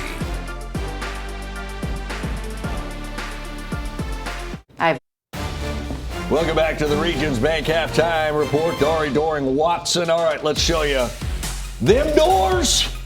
Clark Lee and company with a win would be bowl eligible for the first time in 6 years, but they've never won at Auburn. No, this Vandy program 0-9 all-time on the road. Against Not those Pavia, Tigers. though. Pavia's won there before. Yes, well, that's right. It's like He won home there field last year. advantage for Pavia. That's right. Bobby has already beaten Hugh Freestone twice. State of Alabama, he owns. He does. He absolutely does. Pavia to A.J. Newberry. And then you got Peyton Thorne to Rivaldo Fairweather. What a play here, B-Dub. Man, I'd love to see the tight end making people miss, stretching out there, hitting the pile on. Little did they know that would be the last points of the game for Auburn. Vandy up 10-7, kicking a field goal, 13-7, except a critical mistake. You cannot do that. Leap on people. No, he thought it was 2004 or something, didn't he? Right? All right, so Vandy says, you know what, wipe those points off the board. You don't give this offense for Vandy a second chance, Dari. And that sounds ridiculous given its history, but you're exactly right. You don't, and they make you pay, and they did, and they're going bowling. Incredible story continues with Vanderbilt. How about Ole Miss and Arkansas? 2 of the best teams, 2 of the most dangerous players in the SEC. 2 great offenses. You got Jackson Dart, you got Taylor Green. Dart was mad, Lane was mad. Everyone's mad. Everybody's mad. I know who ain't mad. To Jordan Watkins, who is not mad. He ain't mad. He got fed today. He did get fed. No Trey Harris. No Trey Harris. Which leads to more feeding. No doubt. Right? All right, so let's just keep doing it here. How about a 66-yarder after the 62-yarder we just showed you? Do you see what's happening here, Darian? Yeah, they're finding Jordan Watkins. They are, but he's on the outside. Typically, he's an inside receiver, and he's bumped outside in Trey Harris's absence, and there he's inside. Yeah. Too. He's versatile. He's all over the place. How about 5 receiving touchdowns? That's 4 there. Well, he's four. going to end up with 5. That's a school record. 5 ties a conference record for a single game. Jackson Dart threw for 515. That's an Ole Miss school record. There were lots of records. Ole Miss appears to be back on track, appears to be, with a 63-point outburst. Not mad anymore. In fact, no, not. And the second leading receiver on the day had like 127, though. They had a tight end. Daquan Wright had 99 yards. It's ridiculous.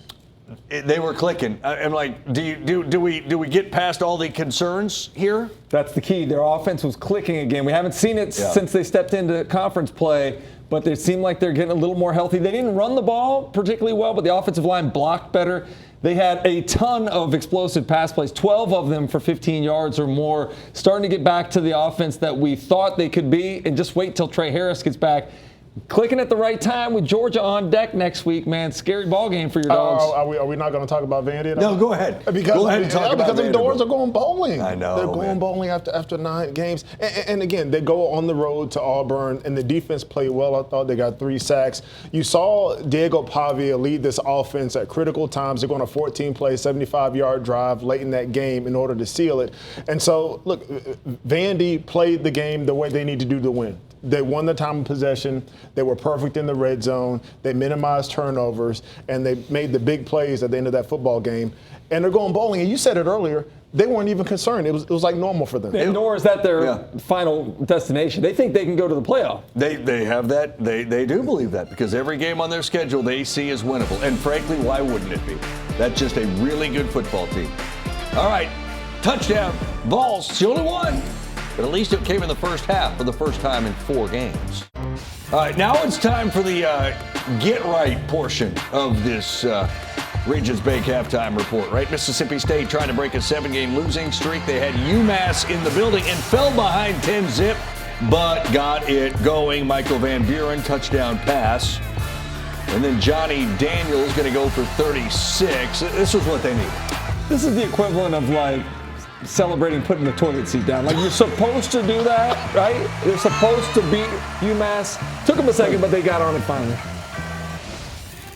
Imagine if you flushed as well. Oh, you got to. Oklahoma get right game as Maine comes all the way down to Norman. That's a long trek, I would assume, from Orono, Maine. Jackson Arnold, make a throw, Jackson Arnold. He never got sacked. No sacks. None. 0. Zip, zil. What did I say about the toilet seat? J.J. Essner, 90 yards. Tied for the second longest pass play in Sooner history. And then Javante Barnes, over 200 on the ground for him. Was the kind of day Oklahoma needed. It's the kind of day Mississippi State needed. Sooners 1 win from bowl eligibility. They go to Mizzou next week. This halftime report is presented by Regions Bank, official bank of the SEC. Gator. Welcome back to SEC football, presented by T-Mobile 5G home internet. A shocking development on Rocky Top as Kentucky, in a 120th meeting between these two, comes to town and takes a lead into the second half. Nico Iamaleava trying to get this offense on track. Everything Brock Vandagriff has done has been just enough for Kentucky. It's a 3-point Cats advantage. And Tennessee trails at the half for the 4th consecutive game.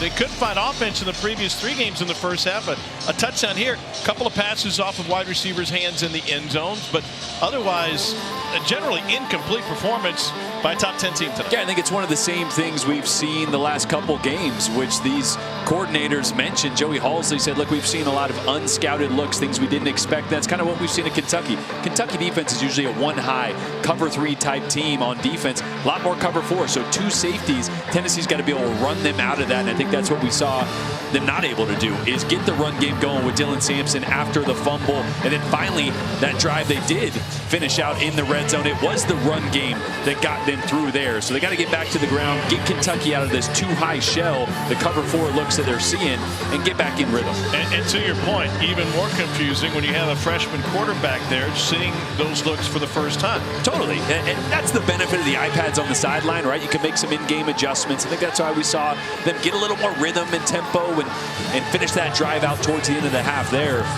But you're right. They got to come out, do some different things, see if they can get things going here, start this second half better than they did the first. Peyton Lewis will come up with a chance to return this for Tennessee from the 3. Peyton Lewis bends it to the outside and gets wrestled down at the 24. Time now for Every Detail Counts, brought to you by Pfizer. Cole, what'd you see? Well, we'll read and react a little bit on what we saw from some of the Kentucky pressure in the first half. You get a 3-quarter slide, so this portion of the offensive line sliding down, defensive end going back in. Because that slide protection comes out, you're not able to retrack and trade everything off back inside. Now, a lot of cushion down here at the bottom, Jordan. I'm throwing the uncovered right there. Don't know if Nico made that mistake or not because the coverage at the top was pretty good. Another pressure once again. You'll see slide to the left. a twist that's going to come around late. You're not able to pass that off when you get on different levels and commit to protecting one side. Connects with Chaz Nimrod for the first down. Thanks, Cole. It was a great breakdown. And once again, slide protection just in Cole's craw. Yeah, he doesn't love it, does he? First down on the connection to Nimrod. Well, there's one reason why teams do slide protection. It simplifies everything, right? But it also leaves you susceptible, right? Because it causes linemen on the move to have better vision and see those wrappers and those stunts, and it's just difficult. Tempo. Iamaleava out of the backfield finds Kitzelman, and he's been a great security blanket, and even more so. Staying on his big man feet to take it inside the 40. That's a gain of 22. Fourth catch of the game for the Tennessee tight end. Boy, Josh Heupel called Dylan Sampson the spark plug, but Kitzelman's really been that guy for this offense today, getting drives going quite frequently already tonight. Iamaleava off track trying to find Sampson as that pressure came up the middle from Kentucky. And we're still waiting to see one of those deep shots really hit. Right, we had Chris Brazzell going this way early in the first quarter, right on the money, dropped it in the end zone. A deep one to Brew McCoy in the second quarter, just off. Maybe could have been a pass interference call, wasn't. Still searching for those explosives is this offense. Into half clock execution, not good for Tennessee. Here's Sampson. He gets upended after a 7-yard gain.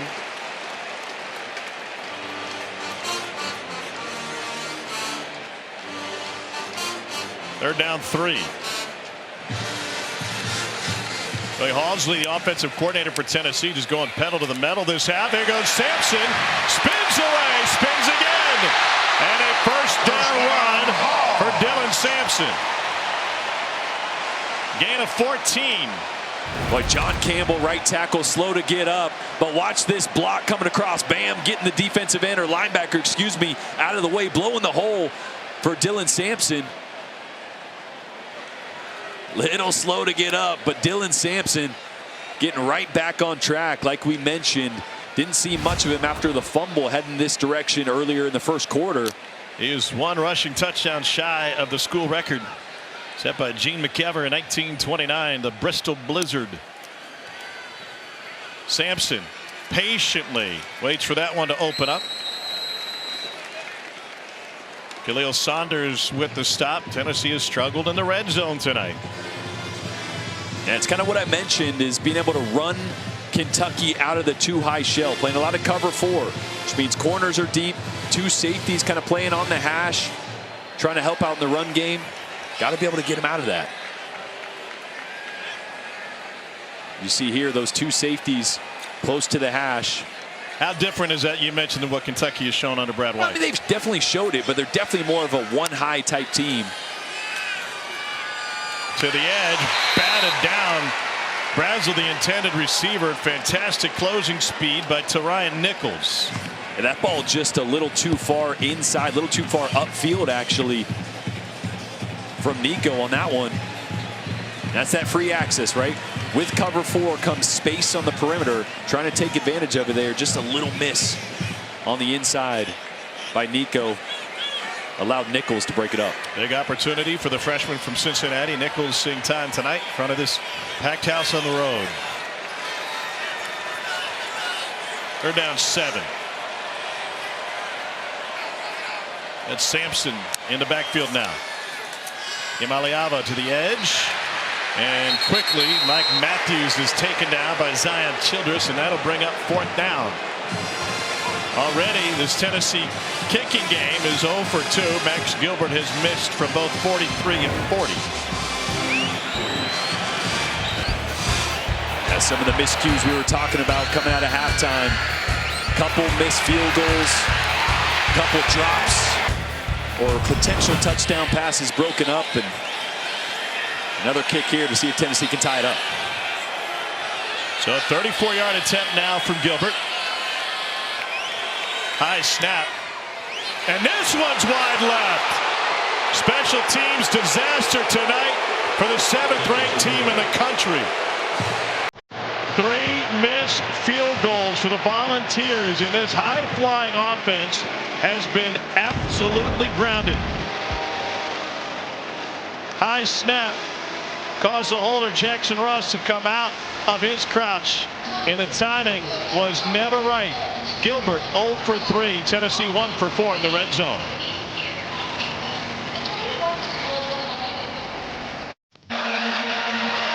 Max Gilbert hadn't missed a kick inside 50 all season, and now he's missed 3 of them tonight.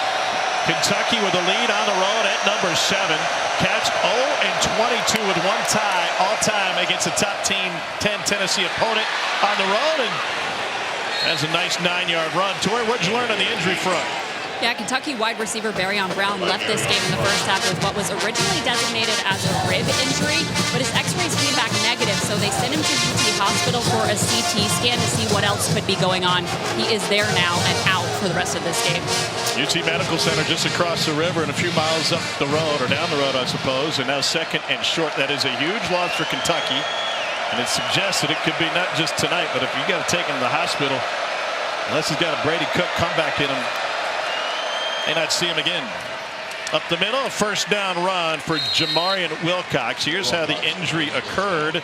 This after a big catch for Barrion Brown. Or pardon me, on the return, got wrestled down, and we thought maybe knocked the wind out of him, kneed the ribs. Someone kind of landed on him too as he went to the ground. Kentucky has never beaten a top 10 Tennessee team at Neyland Stadium. It's a series that goes all the way back to 1893. Play action, Vandergrift pressure, and he gets sandwiched and lost the football. Tennessee ball. Jeremiah Tiana came up with it after Joshua Joseph hacked it out of Vandergrift's grip. Well, we talked about right tackle Malachi Wood making his second career start working on Joshua Josephs and this really talented Tennessee defensive front. Watch the speed rush. On the outside, Wood just doesn't get enough depth on that first step. Joseph's able to turn the corner on him. And as we mentioned, these max protection plays from Kentucky take time to develop. And that was the only one-on-one across the board. And Joseph's won it. Short field for Nico Iamaleava in Tennessee. And also I'm throwing this telly out. I thought he just moved so fast it caused a scribble.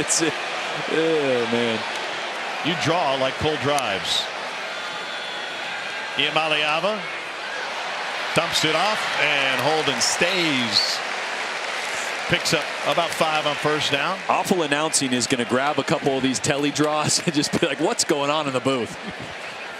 You've had a long day. You've been on 2 flights. I just drew a straight line and it looked like a squiggly. What are we doing? Maybe you're dehydrated. To the edge, and a spin for the first down by Chris Brazel. All right, so take me to the quarterback's mind. You got a short field. You got a chance to punch it in.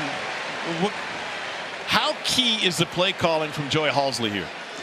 I think it's big, right? Because you want to be aggressive, but again, I'm gonna harp on it. This 2-safety shell, you have to take what they give you, and right now it's the space at the line of scrimmage. Take those short throws and run the football. Sampson. Down to the 10, gain of 7 on first down.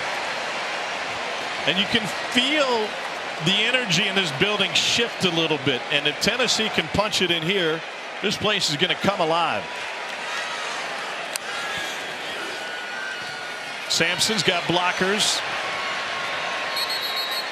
and he picked up the first down. There's been a number of long drives for Tennessee tonight. We've talked about how thin this defense is. Call that defensive front for Kentucky. Hands on the hips. They're looking a little tired. Khalil Saunders is the injured Wildcat.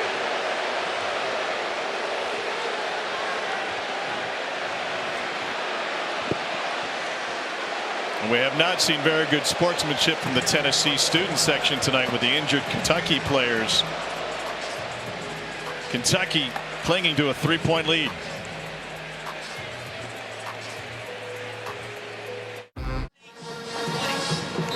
Kentucky came into this game completely banged up on both sides of the ball. That continues tonight as Khalil Saunders, a junior from Huntsville, Alabama, is helped to the sideline.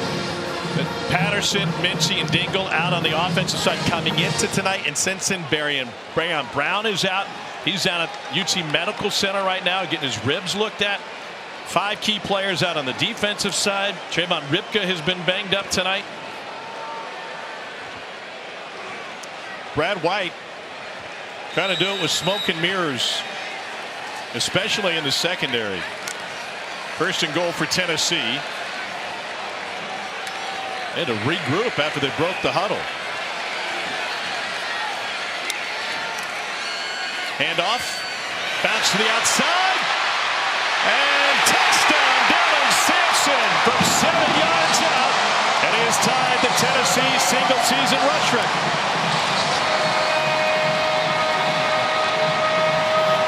And he goes straight thriller on his first score of the night. He ties G. McKever, who set the record playing for General Neyland in 1929. General Neyland, the Hall of Famer, said McKever was the best player he ever laid eyes on. That record has stood for a long time. And more importantly, for this season, Tennessee has its first lead of the night.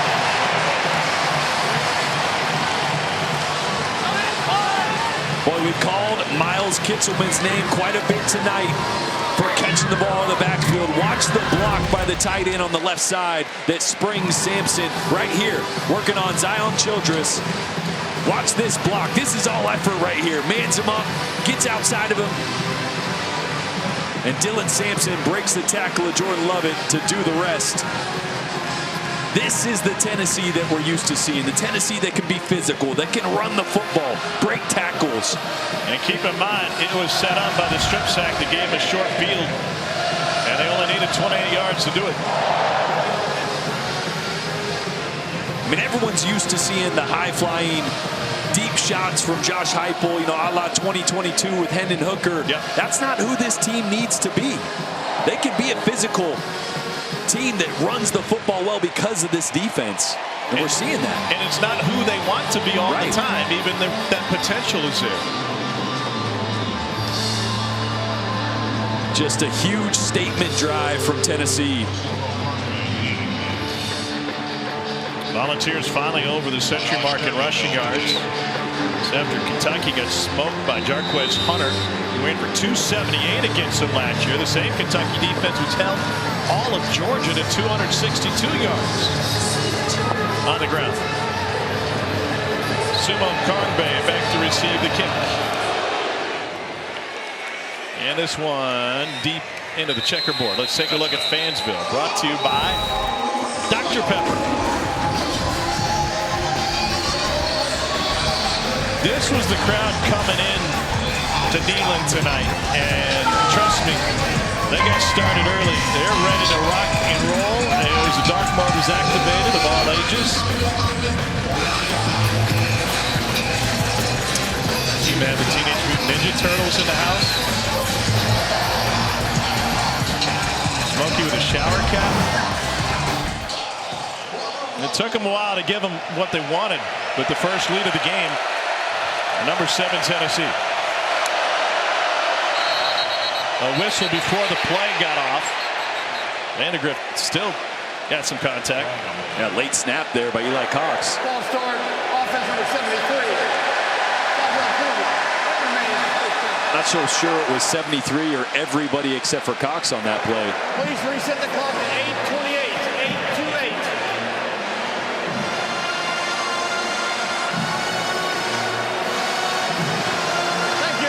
Dylan Ray, transfer from West Virginia. First and 15. Whoa. There's going to be another false start. Like Ray and Malachi Wood, maybe. We'll get the call, and then we'll have Cole talk about what it's like. False start. Offense number 73. Cole, the momentum just builds with a crowd like this if you're on the O-line. It does. Think about a couple of different situations here, though. Okay, you guys mentioned earlier going underneath, going gun, so you're changing up the cadence in the snap count. This place gets on tilt. You can't hear anything. Now, on top of that, you're trying to move guys around pre-snap, so the center, Eli Cox, he might want to change calls, set a different Mike linebacker. He doesn't have time to do all that. It can get very confusing. Third false start of the night for Kentucky. First and 20. Vandegrift trying to take off again. Big block from his running back, Sumo Karngbe, to help out Vandegrift, and he rips off 16 yards. Look at that uniform. This guy is a throwback. Well, these are the decisions he's got to continue to make. James Pierce was making a move towards him, did a good job of just pulling that one down as Tennessee sat in the soft zone coverage. They're going to spot that a little deeper than I thought. Second and 4. Run game bottled up. Sumo Karngbe muscles his way to leave third and a long one.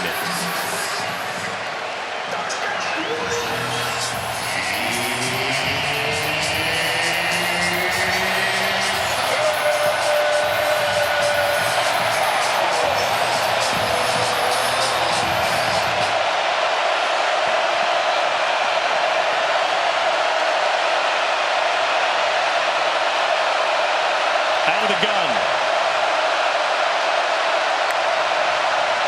Pressure from the edge and up the middle. And Vandegrift absolutely smoked by James Pierce.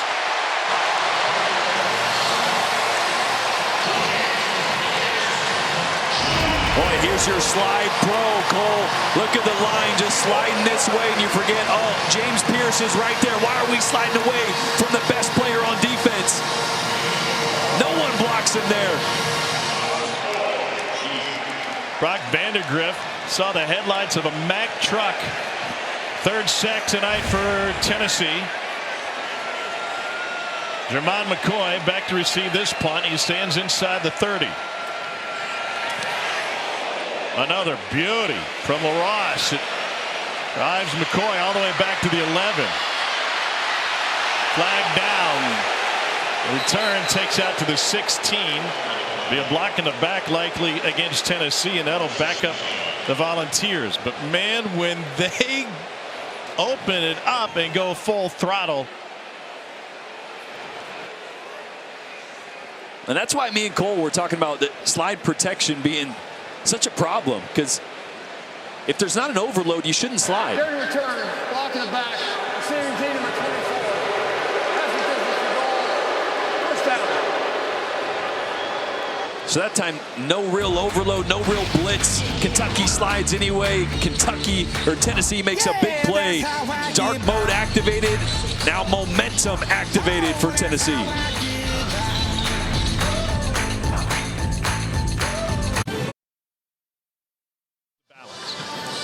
Well, Dylan Sampson and Tennessee finally back in this game in a packed house at Neyland Stadium. The scene has been absolutely electric tonight, and Tennessee had its backs against the walls in the first half with Sampson on the bench after a fumble. They finally got their first lead of the night, thanks to Sampson, who's now got 18 rushing touchdowns, most through 8 games in SEC history, and that is elite company. Isn't it crazy that he's not really talked about in the Heisman conversation? The numbers that he's putting up, the touchdowns, Tennessee being a contending national championship contending team, a playoff contending team. He's the best player for Tennessee, I think, and he deserves a lot more recognition on a national scale. No doubt. Second drive to start inside their own 10 for Nico Iamaleava. Sampson checked down from behind. Great pursuit. And no gain. I think one of the reasons is because Ashton Jency at Boise State is having such a remarkable year. If you go by position, he's the first one on most people's minds. Back to Kitzelman. And Kitzelman submarined at the 10. Certainly not that he isn't deserving. Well, it's such a quarterback-driven award, right? And I'm a quarterback, so I don't mind it most of the time, but I don't think you can go 4 or 5 deep at quarterback in that conversation right now. So I think you need to toss a couple running backs in there, and Sampson would be that second name that I'd throw in there. On third down, pressure coming, got drilled, left it high and incomplete. Zion Childress comes from a safety blitz for the second time this half, and you can see how they're drawing up some of this additional pressure. But yeah, Brad White is trying to force the issue here. Second play in a row, he brings pressure off the edge. You see Childress there. The route is about a 12 to 14-yard stop route in the slot, so it doesn't come open by the time Nico wants to let it rip, and that was a really close to being intercepted there by Nasir Addison. First 3 and out of the night for Tennessee. Jamori Macklin back to receive this punt. Takes a fair catch at the 45.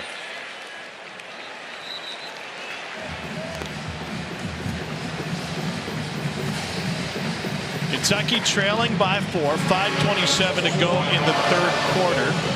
Bush Hamden came to Kentucky for Boise State. Had also been at Missouri and Florida. Has drawn up just about everything they can think of. 2 road wins against top 10 teams over the last 2 seasons, and Hamden trying to author the third.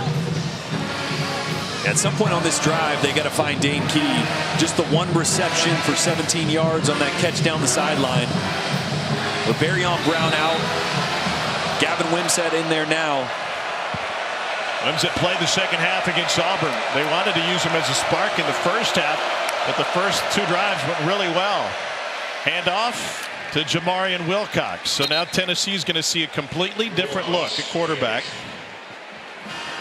Wimsatt is a transfer from Rutgers. He's a Kentucky native out of Owensboro High School. Of his 66 carries, 42 of them on quarterback keepers. And you mentioned Brock Vandegrift's jersey, just how dirty it was. We knew he was banged up coming into this game. Took a couple hits on runs tonight so far, so we'll get an update on his health, but right now it's Gavin. Key in motion. And the handoff goes for a Kentucky first down to Jamarian Wilcox. And the reason I mentioned the health, because we talked to Bush Hamden, hey, is this going to be a game where maybe Wimsatt comes in and does some design quarterback runs? He said, no, that's not the plan this week. This is Brock's team. We expect him to run the football, expect him to be out there 100% of the time unless something happens. So yeah, they tried it against Auburn, as I mentioned. 3 second-half drives, 2 punts and a pick.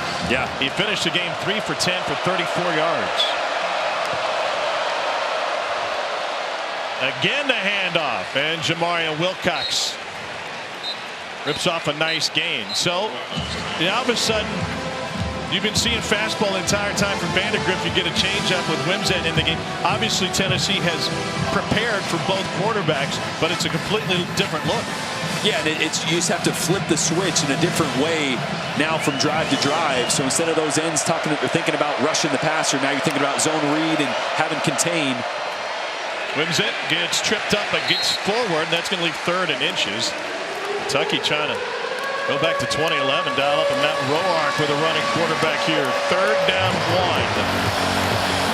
1. A short one. You like a sneak here? Well, if you had Brock Vandegrift in the game, yes, but not sure they love Gavin Wimsatt under center, so they'll go gun here. Brock Vandegrift in the medical tent right now. 3rd down 1. Handoff and a Kentucky first down on the ground. Wilcox.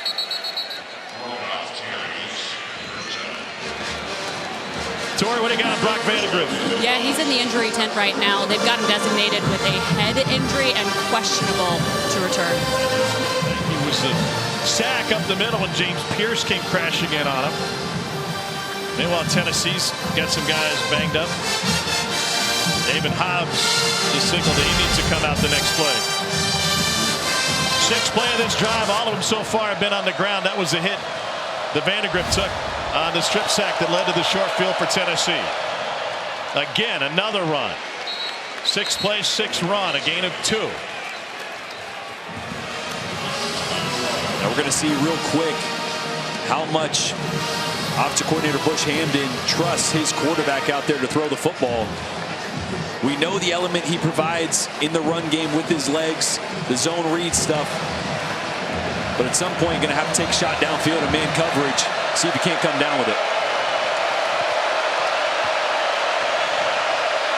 2nd and 8. They didn't get to a manageable 3rd down.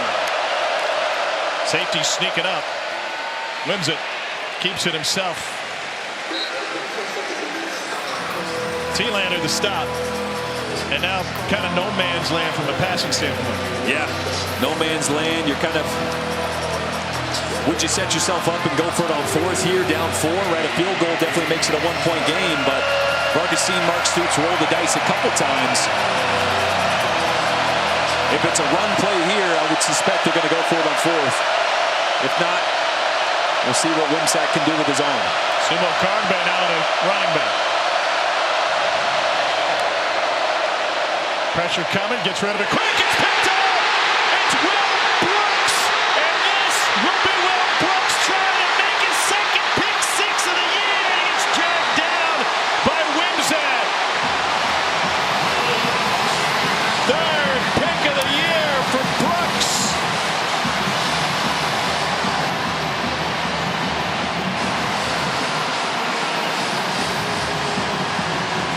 Will Brooks saw that the whole way. They bring pressure off the edge, roll into man coverage. Brooks comes down from that safety spot right over Josh Caddis. Read the eyes of Gavin Wimsatt the whole way. What a year it's been for Brooks. Nearly his 2nd long pick 6. And got one against NC State to open the season. And when Kentucky was threatening, Brooks dashes those dreams. Another short field. Sampson, the running back, looking for a school record.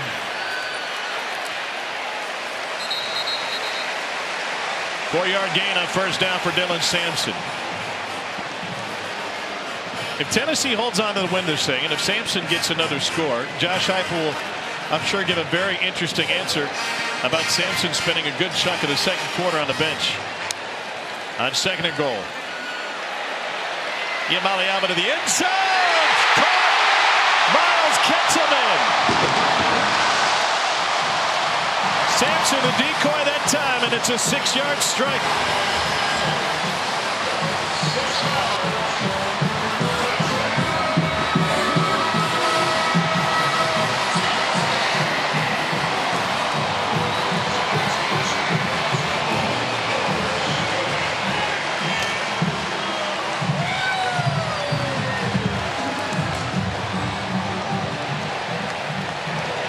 It is a career night for Miles Kitselman.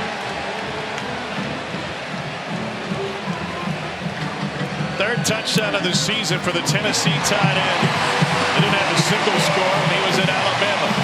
And Tennessee with 14 points off of turnovers tonight. And it was all set up by the interception from Will Brooks. Watch the blitz come off this side. Brooks is going to roll down, and he's going to read Gavin Wimsatt's eyes the entire time.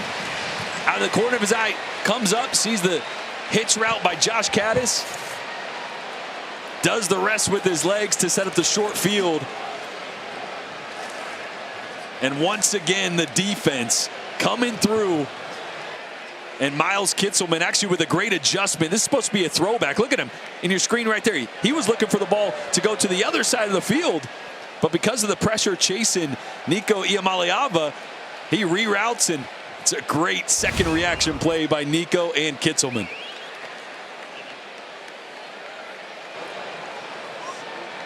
Was literally supposed to be a throwback to the left side of the field. Kitselman looks up, doesn't see the ball thrown, looks back for his quarterback and goes, oh, well, I'll work with you. Kitselman from tiny Linden, Kansas, in his 2nd stop in the SEC. It's been a secret weapon tonight. There's an injured player on the field for Tennessee. That's Shem Umarov, the freshman offensive lineman, who got injured on the point after attempt. They are taking a long look at Umarov. Speaking of Brock Vandagriff, let's get you down to Torrey. Yeah, he was in that tent getting evaluated for a head injury.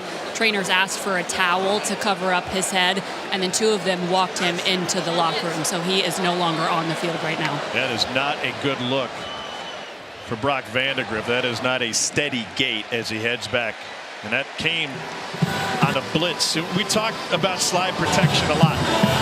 As much as you guys deride slide protection, I know it drives Cole crazy. There's a reason you run it, especially in an environment like this. Yeah, it's a simple protection, so your offensive linemen don't really need to think, right? You slide one direction, you clean up any noise that's in front of your face. There's not really mic points or mic changes, so it's easier than coming out in base pro and having your center, when it's really loud, trying to change protection or change the mic point and change your responsibility right before the snap. Simplifies things, but also leaves one-on-one matchups, as we saw with James Pierce, and that's how he got that big hit on Brock Vandagriff.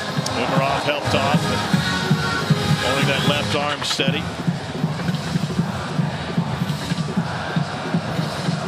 33 seconds left in the third quarter.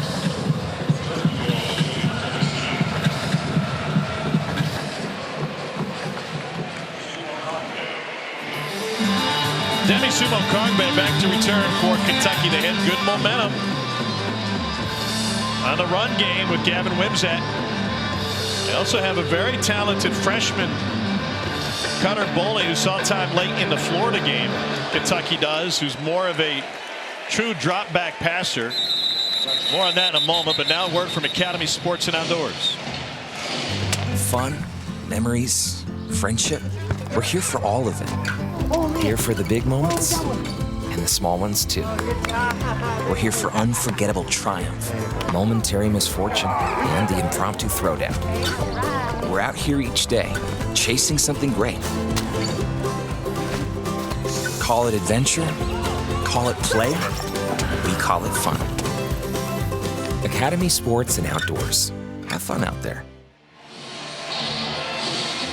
Gavin Wimsatt still at quarterback. We just saw Barrion Brown during that commercial getting strapped up on the Kentucky sideline. He's back from the hospital. Looks like he's going to try to give it a go. Wimsatt hands it off again. Zamarian Wilcox bottled up by Amari Thomas. Will likely be the final play of the third quarter, and Kentucky will try to reset and figure things out.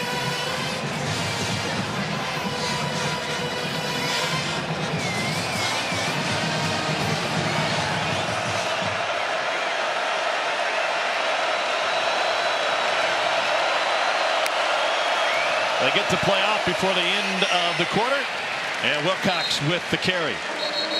This Tennessee defense has been elite, and they are on trend to be national championship elite. Kentucky held to 10 points so far tonight, and as we hit the fourth quarter, Tennessee, the fifth team in the last 24 years, hold each of the first 7 under 20. The others all won a natty. Check out.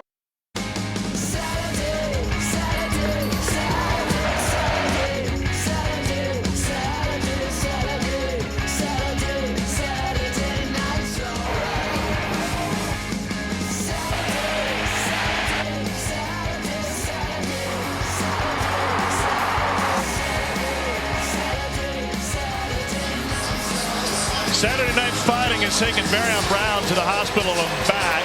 This banged up Kentucky team. Tori, what have you learned? Yeah, they brought him back to wait and see what the results of that CT scan at the hospital were, but they were running him around on the sidelines here, and he was just in too much pain, so trainers ruled him out for the rest of this game. All right, thank you. It was a big loss for Kentucky. You could see the look on his face. He wanted to try everything in his power to get back. With the third and fourth forthcoming, movement on the right side of the line. That's Jalen Farmer. All right, Cole, as an offensive lineman, you're backed up. This crowd is loud. What do you expect, and how do you communicate? Well, I want to try to make the snap count as simple as possible. I don't want extra communication. All the factors that we mentioned before, now you throw a new voice into it. That's going to be a new tone, a little bit of a new cadence, different time changes. It's just, there's a lot going on with the Kentucky offense right now. That was our O-line coach, Eric Wolford, talking with Mark Stoops after that penalty. 3rd and 9, 4-man rush. Wimsatt delivers a dart to midfield, and Dane Key has a Kentucky first down. That was a silencer. Great rhythm throw on a dagger concept. A vertical is going to pull everybody out of there. The dig route right behind it, right on the money to Dane Key, and just his second catch of the game. Both have gone for first downs. Handoff to Sumo Karngbe. Spins free on the sideline, and he picks up a Kentucky first down. There is a flag down at the 44-yard line, it looks like. Boy, and before this throw by Wimsatt, he was 3 of his last 11 with 2 interceptions, so a big confidence booster there. Mark Stoops just walked by that flag and picked it up, and then dropped it back down on the 44. There is no foul for a horse collar tackle. The runner was not pulled down. Second down. Sometimes a throw like this, you hit it in rhythm, the pocket's collapsing around you, you put it right on the money. This can really get you in a groove. Like I mentioned, Gavin has struggled going back to last week against Auburn when he came in and relieved Brock Vandagriff. I think part of that was the game plan, right? I mean, the game plan against Auburn was we're going to use Wimsatt as a runner, not as a thrower. And nothing worked against the Tigers in the second half. Back to the ground and Wilcox. So 2 pass attempts for Wimsatt since he entered. That dagger cuts up for a first down, and the big pick by Will Brooks on the previous drive. As Kentucky defensive front subbing in 3 new guys. One of the best things they do is stay fresh. The rotation of about 13 deep up there.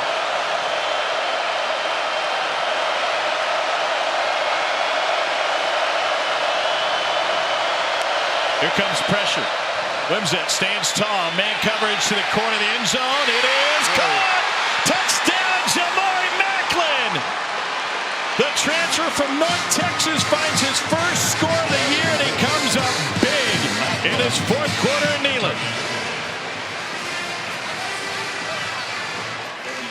This is the Jamari Macklin they've been waiting for. And another huge throw from Gavin Wimsatt. Look at the one-handed catch, tight coverage from McCoy in perfect phase, but just a better ball and a better catch. And now they're going to go for 2. Wow. What an answer. 6-play, 75-yard drive. Obviously a threat to run on a 2-point conversion. Go for Dos brought to you by Dos Equis. To make it a field goal game. Kentucky 0 for 1 on 2-point conversions this season. They put the ball inside the left hash. 2 backs. Miscommunication. And illegal shift looks like. Scratch that delay game. And that'll back them up, and that'll certainly change the play call. Well, here's the thing. Backup quarterbacks never practice the 2-point plays. That happens on a Thursday. That's all the reps from the 1. So Brock Vandagriff took all those reps. So that's probably a play that Gavin Wimsatt has not repped, at least this week. So a lot of confusion there trying to get lined up. They had Fred Ferrier in the backfield with Sumo Karngbe. Now they split out.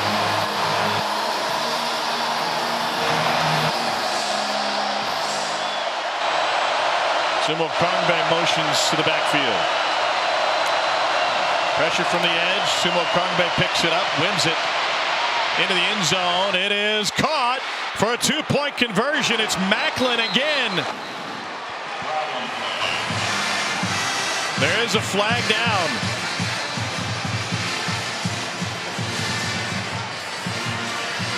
Macklin was a 1,000-yard receiver at North Texas. He started his college career playing at Missouri, but was a non-factor for the Tigers. Holding defense number 3. That penalty is declined. Try is good. What an answer for this Kentucky program. And 2 pretty unbelievable receptions by Jamari Macklin. With just 6 receptions on the year coming into the game. The big one down the sideline with one hand. And a huge block by Demi Sumo Karngbe. And another back hip catch here by Jamari Macklin.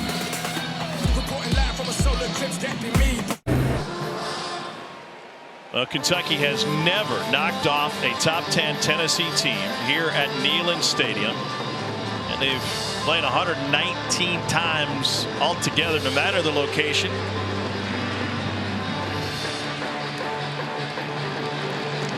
The lone tie came in 1952. And from the mood of this Kentucky program during the week, the injury situation on the road, this crowd, night mode, the excitement around this program after Tennessee knocked off Bama a couple of weeks ago. I don't think a whole lot of people gave him a chance coming in here tonight. Through the back of the end zone. Tennessee, Cole, has scored 21 points tonight. What have you seen as the biggest issue for Tennessee's offense? It's always going to start with execution, but I think a big portion of that, Tom, is not taking what this team is giving them, both offensively maybe and defensively.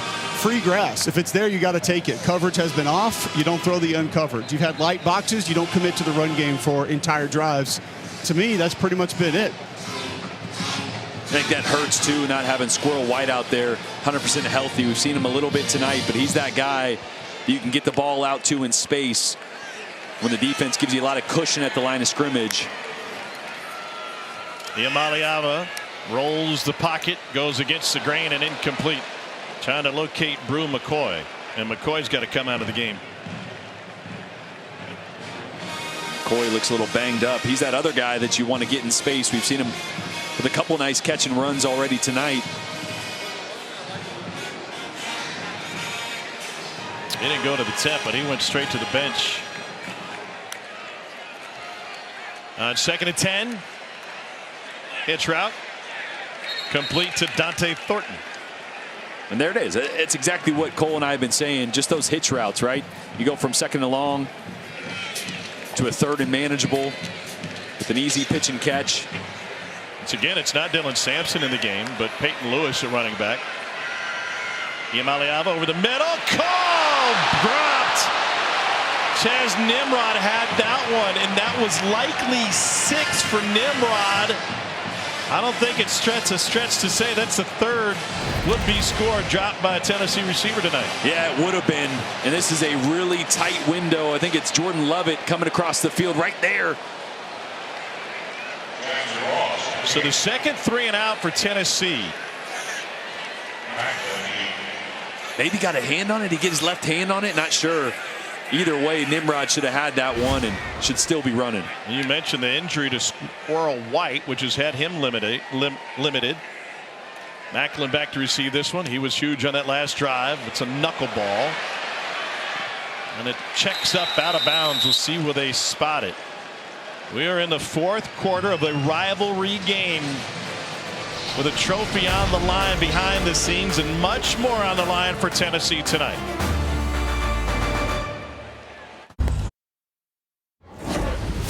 SEC Saturday Night is presented by T-Mobile 5G Home Internet. Get internet how you want it. Well, these teams used to play for the beer barrel that was rolled out in 1925 during Prohibition as an ice water barrel. But that tradition suspended to the public eye after the 1998 game when 2 Kentucky players died in an alcohol-related car accident. Josh Heupel is fully aware of all of the history of this Tennessee program. And while the trophy, the barrel itself, is not in front of the public eye, it has been displayed in the Tennessee locker room this week. He said, I want our players to understand tradition. I want them to understand this program's history, and I embrace every bit of our history. And it's not just the trophy, but making it to the college football playoff, the 12-team field, and the odds will drop significantly if Tennessee can't hold on to this 3-point lead here at home. Kentucky on its 2nd quarterback of the night for the 2nd consecutive game. Brock Vandegrift left with an apparent head injury and taken back to the locker room after a hard hit on a sack. So it's up to Gavin Wimsatt out of Owensboro, Kentucky, in the Rutgers transfer. Played in some big games in the Big Ten, but never really found traction with the Scarlet Knights.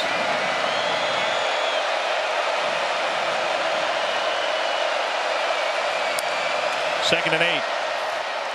Wimsatt hands it off to Sumo Kongbe, and he got popped just shy of midfield, but a 1st down run for Kentucky. Yeah, Joshua Josephs comes scot-free there. Just misses the tackle in the hole on Sumo Karngbae. And right now, Tim Banks has got to figure out a way to kind of slow down Gavin Wimsatt and the element that he's brought to this offense. To me, the interception was on a blitz. I'd dial up some pressure here against this quarterback who's not used to seeing a lot of it or making adjustments on the fly. Put some pressure on him. See if you can't force another errant throw. On 1st and 10, they're going to run it again. Cole, how as an offensive lineman do you use a team like Tennessee's aggression against them when you're leading heavy run against a blitzing team? They're a north-south attacking football team most of the time up front, so you probably want to go more gap scheme. I talked to Eric Wolford, Kentucky offensive line coach, about it before the game, and he said, yeah, we think we can catch them upfield, so we'll block back, pull out, either kick them out or let them outrun plays up the field and then try to get those cutback runs. And now 2nd and 8. Bad snap. Wimsatt has to pounce on it. It'll make things harder, but they avert disaster by keeping possession, and this will set up 3rd and long. Yeah, snap was low and to the right. Tough one for a quarterback that's trying to fake or hand the ball off to the left. And here's that 3rd long where Tim Banks is going to decide, do I drop back, play coverage? Do I blitz him? With a mobile quarterback, I think you play some coverage and maybe leave a spire on Gavin Wimsatt. All 3 of Wimsatt's attempts have been caught, but one was caught by the other team. 4-man rush. Pressure coming. He flicks it incomplete. 4th and 14. Omar Norman Lott found his way into the backfield and put a hit on Wimsatt as he threw. Yeah, Lott finished it off, but watch James Pierce coming off the right side again, working on Malachi Wood, the right tackle. Watch the speed. I mean, just Wood never has a chance to get there. James Pierce Jr. just too fast off the edge. And again, you said Norman Lott finished it off, but the initial pressure, Gavin having to move left because of James Pierce. Jermon McCoy back to receive this punt. Missed opportunity for Kentucky. After the first down grab, a terrible snap, and it's handled after rolled back to LaRosse. McCoy gets cut down at the 9-yard line. Kentucky is playing with fire on the last couple of snaps. Alan McLaughlin is their normal long snapper. He's in there, and he just sent a ground ball back to LaRosse. What a great job by LaRosse to stay poised. Pick that one up like a second baseman. So now Nico Iamaleava nursing a 3-point lead. Where's the balance between aggression and just leaning on the run game here this possession? Well, I feel like you got to lean on the run game because Kentucky's playing so much off-zone coverage. We've talked about it, taking the free access. Just run the ball. Get him out of that 2-safety shell. Those deep passes aren't going to open up till you establish the run game here early on this drive. They want to throw on 1st down. Long throw. And Brew McCoy. And that's the recipe. Yep. Right? Take the free access when it's there and run the football. And eventually, I think Brad White's going to have to try to dial up pressure, get into a 1-high safety look, add somebody to the box, and open things up. Now back to the other side, Dante Thornton. And you're seeing the roots of this Josh Heupel offense. Remember, he ran the air raid for Mike Leach as a quarterback at Oklahoma, spreading everything out with receivers outside the numbers. Brew McCoy has been waving his arms over his head the last 2 snaps. He's outside the picture in the top of the formation. Wide open and a 1st down on the catch by the tight end Holden Staes. A little switch release vertical by Holden Staes, and the throw is on the money. This is a frozen rope. Right in the coverage void to Staes. Here's Sampson, found a gap, takes it to the logo, and then a couple more. 2nd and short, and an injured Kentucky player. Zion Childress pops to his feet, and he's going to try and stay in this game, but training staff has already come out.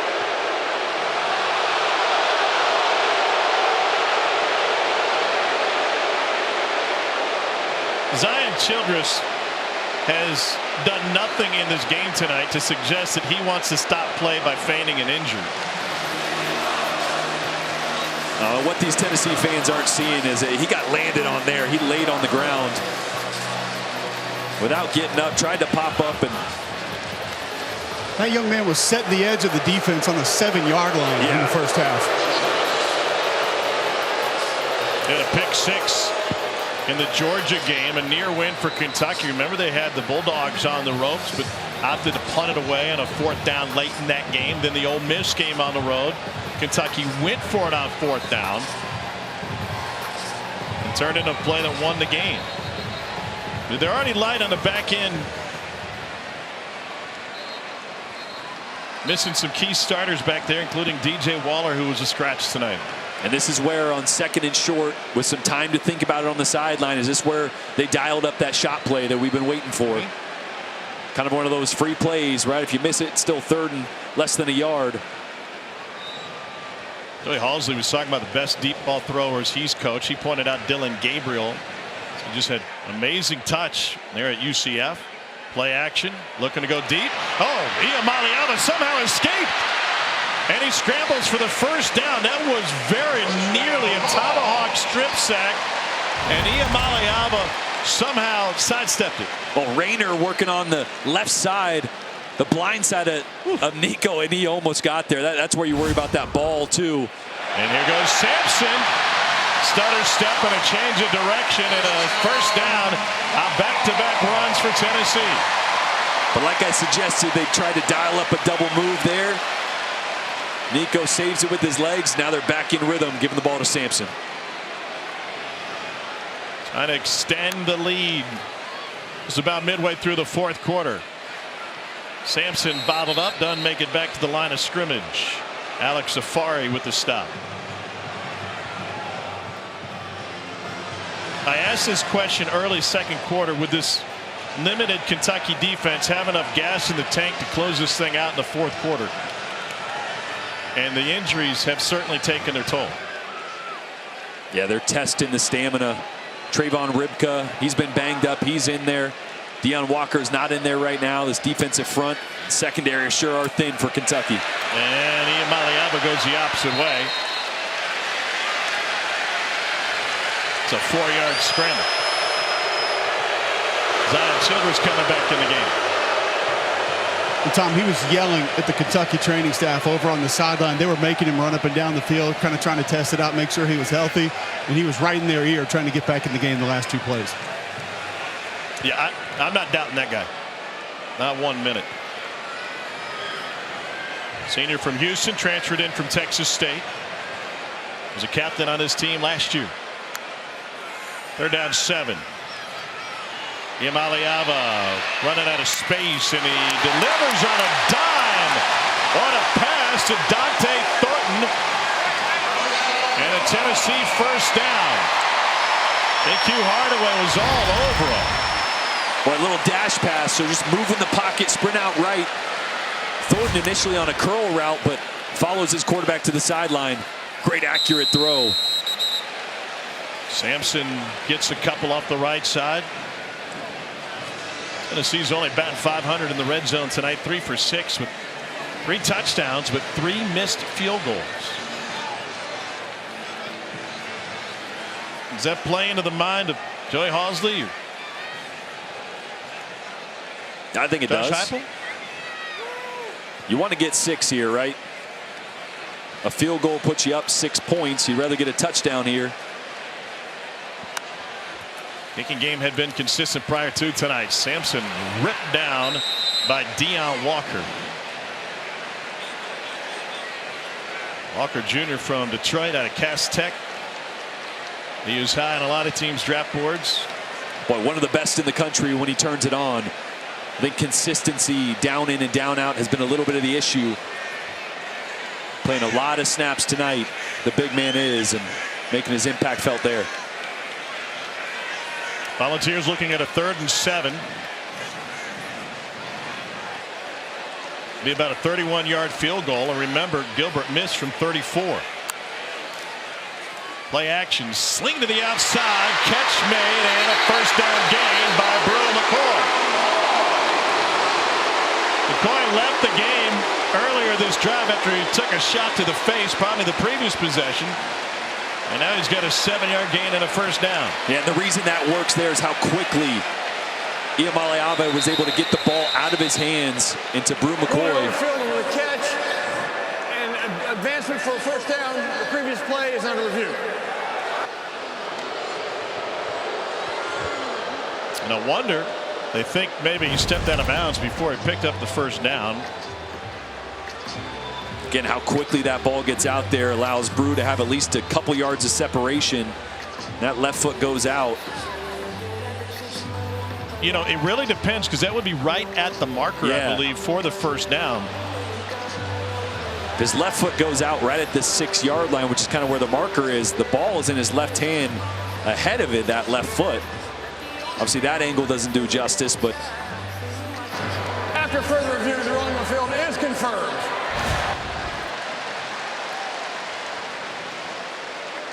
actually think the spot could have even been a half a yard further, based on where the ball was in Bru's hand. I think Dylan Sampson gets an opportunity here. Gosh, I don't know what else you do. Give it to 6. That's how they've finished off drives here in the red zone. You mentioned them just batting 50% tonight, but when they've closed them out, it's been 6 up the middle. Chaos in the SEC tonight. South Carolina hammering A&M 37-20 right now. Whew. G. McKever has held the Tennessee single-season touchdown rushing record since 1929. Here's Sampson, bottled up, pushing the pile. That is a rugby scrum. Everybody shoving to the line, and he'll share the record with 10 others who pushed him across. A 6-yard touchdown run for Dylan Sampson and a new Tennessee single-season touchdown rushing record.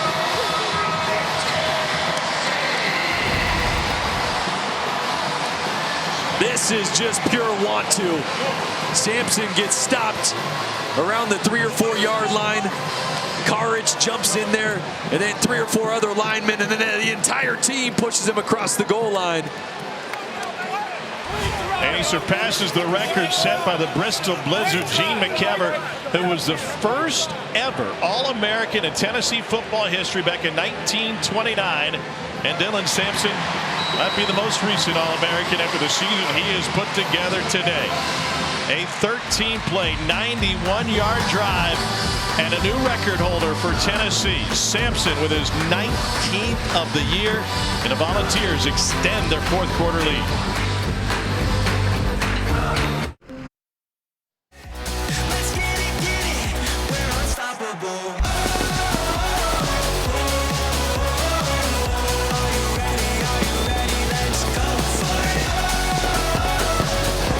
Think about what Tennessee avoided tonight if they can hold on, and that would be a massive upset and would knock them likely out of the college football playoff picture.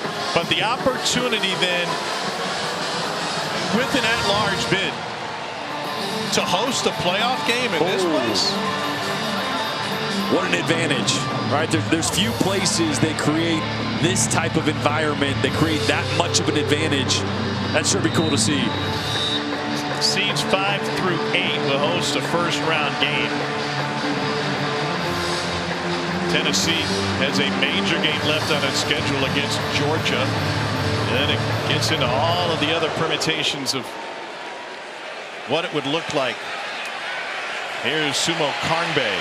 He's got a hole that closed quickly, and he takes it to the 16. But Kentucky's still in this game with under 5 minutes to go in the fourth quarter. And under Gavin Wimsatt, in for the injured Brock Vandagriff, they've run 19 plays. 15 of them have been on the ground. How do you get the pass game going? Or, let me say it this way, how important is it to get the passing game going? Well, you have to, right? And the connection's been there with Wimsatt and Jamori Macklin, the slot receiver, a couple big catches downfield. You can't abandon the run entirely, though. Gavin's just not built to be a drop back and pass only kind of guy. You still have just under 5 minutes left. You have all your timeouts, so there definitely needs to be a sense of urgency. But I don't think you make this just a strictly a drop back game for Gavin Wimsatt right now. And a QB draw. There's one way to do it. And Wimsatt picks up the first down. And I love it. right? When the defense is expecting you to throw, like I just said, you still want to establish that ground game a little bit. Still lighten things up on the outside, clear things up on the outside from a coverage standpoint for your inexperienced quarterback. Yeah, what a job by Bush Hamdan tonight, working against one of the best defenses in the country with 2 different quarterbacks, and Wimsatt is waiting on his blocker, only picks up 3. Now 2nd and 7. I say inexperienced. He's played a lot of football, just not at this level, not in this environment necessarily. But Tennessee was at its best defensively against Alabama late. Wimsatt onto the edge, and it's knocked down. Held Alabama to just 3 total yards on the Crimson Tide's last 4 drives. And they've backed Kentucky up to a 3rd and 7 here with the game on the line. This is where you got to have some help for your left tackle, Marcus Cox. He's got James Pierce Jr. over the top of him. He just checked in, by the way. Yeah. Been fresh. He's fresh. He's going to be rolling. Let's see if Demi Sumakarnbe helps Chip on the left side there. A lot of movement up front for Tennessee. Here they come. Wimsatt buys time, and he threw it away.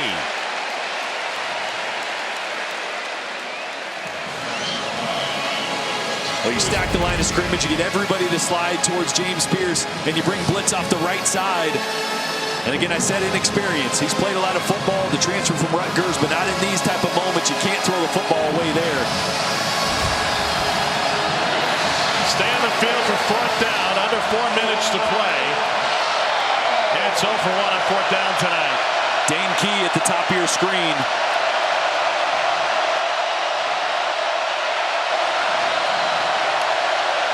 They bring only 4. Wimsatt taken down anyway. Another Tennessee sack. Omar Norman Lott, but multiple flags on the play.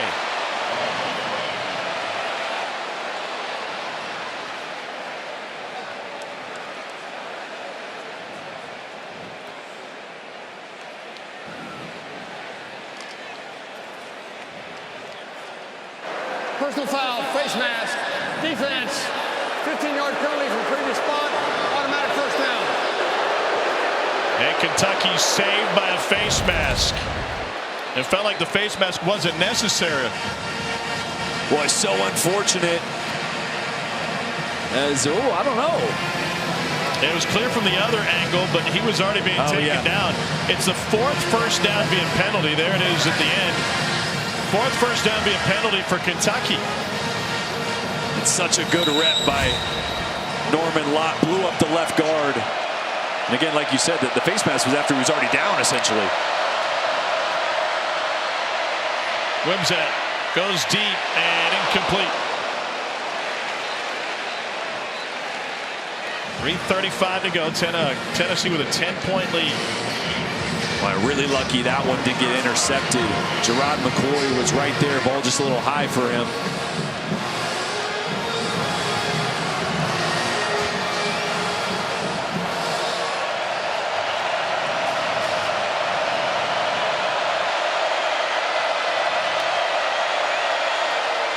On 2nd down, Wimsatt tripped up, trying to get out of the pocket.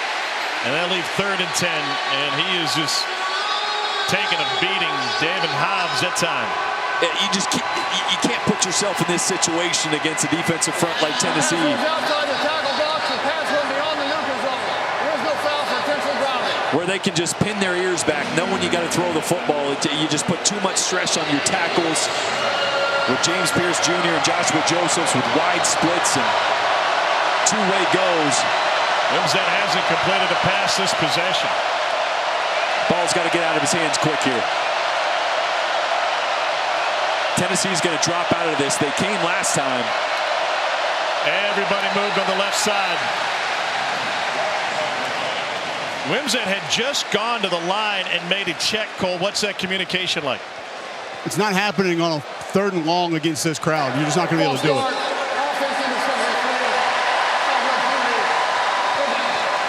Fifth false start for Kentucky tonight.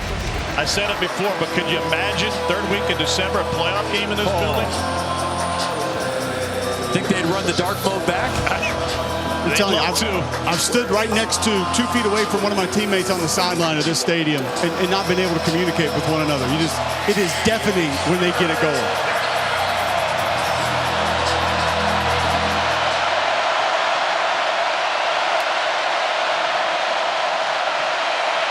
He's got to leave the pocket again. There's a flag on holding coming back, and a throw back against the grain.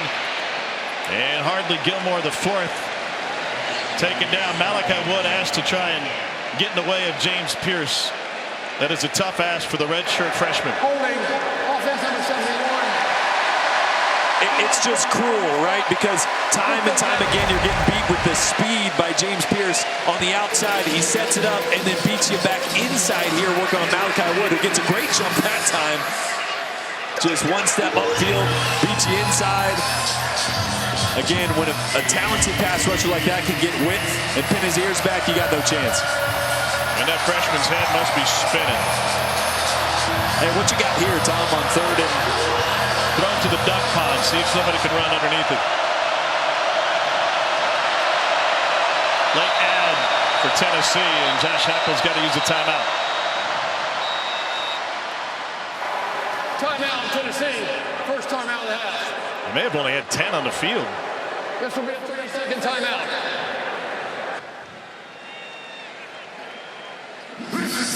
Well, Tennessee sitting at 6-1 on the season, looking for a college football playoff berth. Starting to feel like 98 around here. Boy bands, Titanic, the iMac. 1998 was a long time ago. But in Big Orange Country, the spirit of 98 has never grown old, even during the lean years. Now, Knoxville is starting to say, nah, it doesn't feel like 98. It feels like 24.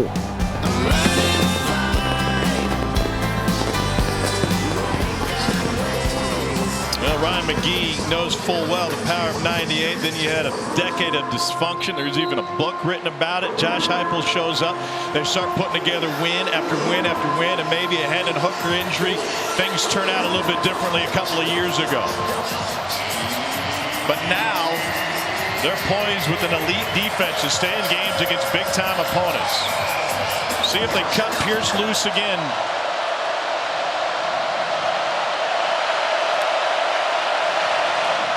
Wimsatt leaves the pocket early, gets turned around, flips it. And with 25 yards to gain on third down, they manage to find just a few. Sumo Karnbay. Fourth and forever. And you mentioned it, 2022 with Hendon Hooker. Felt like they were such a good team because of the points they could put up on offense. Is James Pierce Jr. a little slow to get up, but he pops right up. They're just built different this year. Yeah. They're built like an elite team that can make a championship run because of who they are on defense and how physical and talented the run game is. They're a line of scrimmage team this year. Last gasp for Kentucky, down 10. Fourth and long. Crossing route, catch made. Ferrier gets cut down, and another turnover on downs as the Tennessee defense stands tall.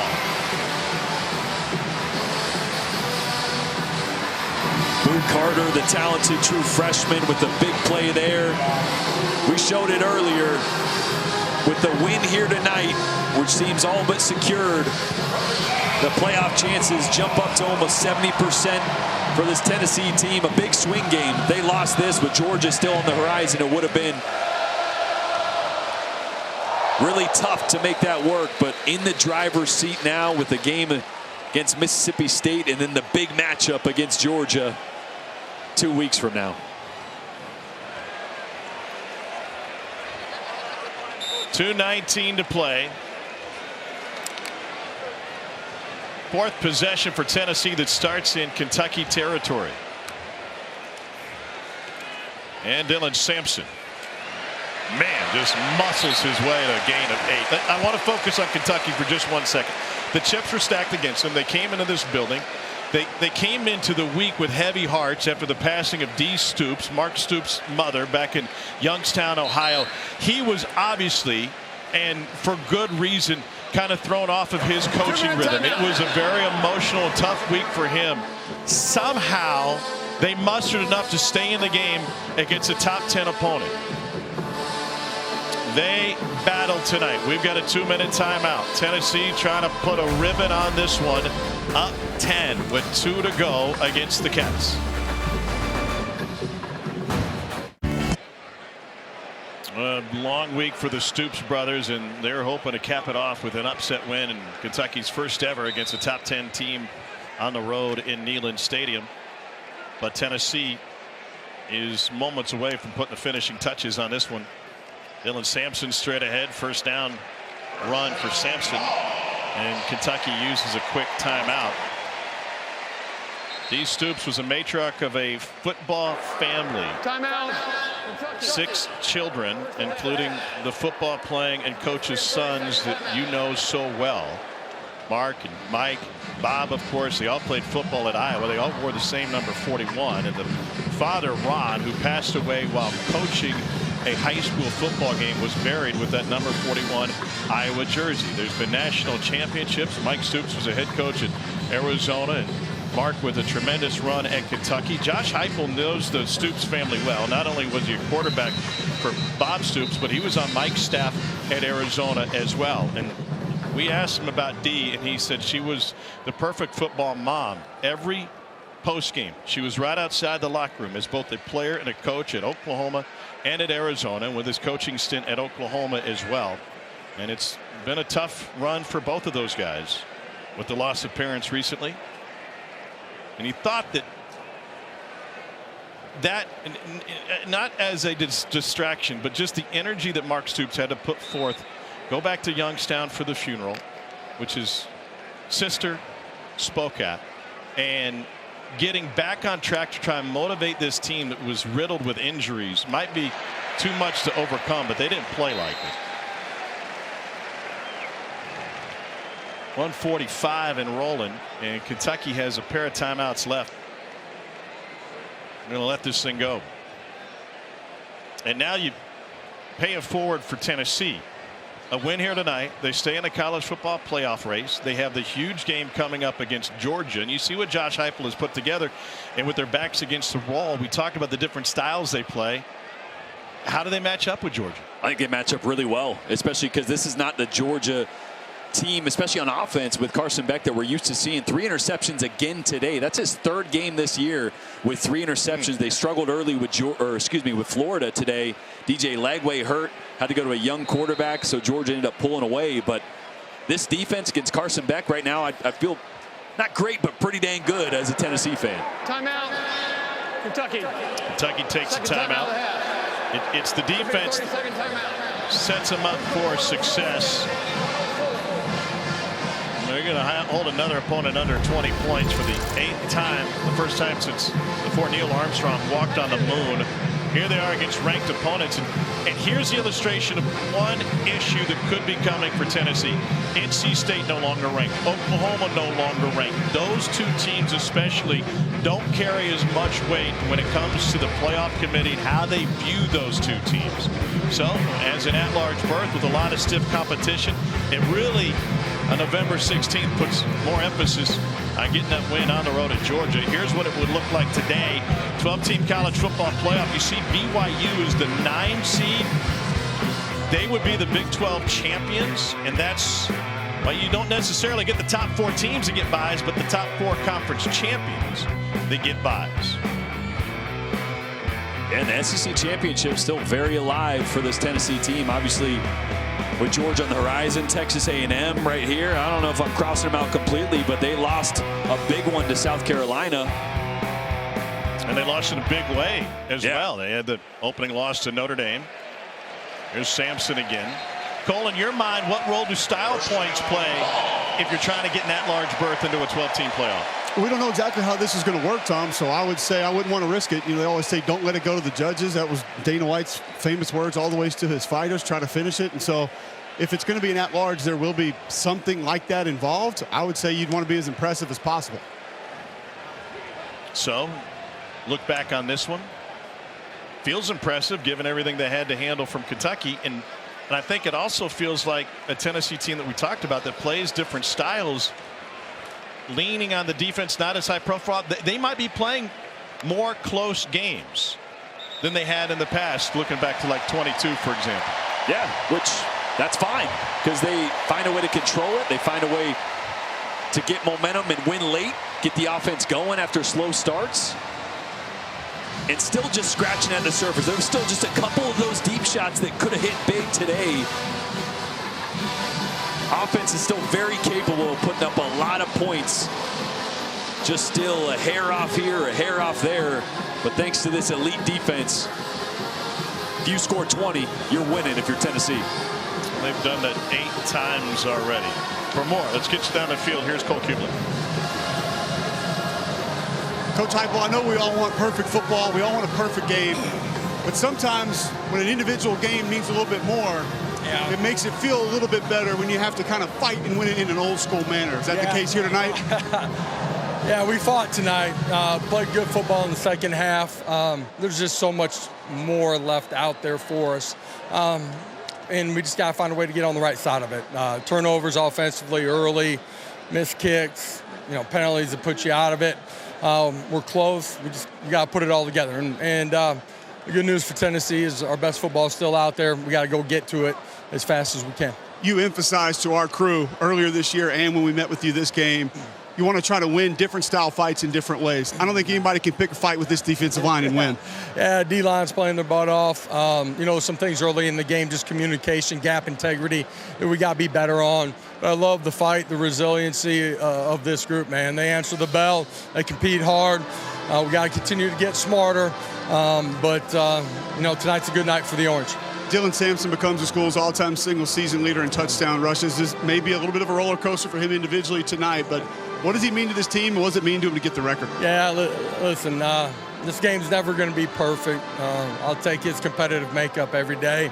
It's just been so consistent for us and dynamic playmaker, and we're going to continue to need those type of performances from him. Thank you very much, Coach. I appreciate it. Go Big Orange. Tori is with Dylan Sampson now. Yeah, with the guy who got that record tonight. Dylan, what was it going through your mind when you took that snap and ran it into the end zone? Yeah, just what goes through my mind anytime we get that close, ready to get in. But what meant a lot to me was, I think you saw everybody on my team pushing me. They wanted me to get it just as bad. So, that's just shout out to the brotherhood we have on this team. And it's a blessing. Shout out to Gene McEver and, his family. It's a blessing just to be able to break that record, and I'm going to keep pushing for it. It was a rugby scrum pushing you into the end zone there. What'd you tell your teammates after you got that one? I went up to all of them, O-line, receive, everybody was in on it. But I was just like, thank you, I think it just shows the chemistry we have and how much we want each other to succeed. But, I was just thankful.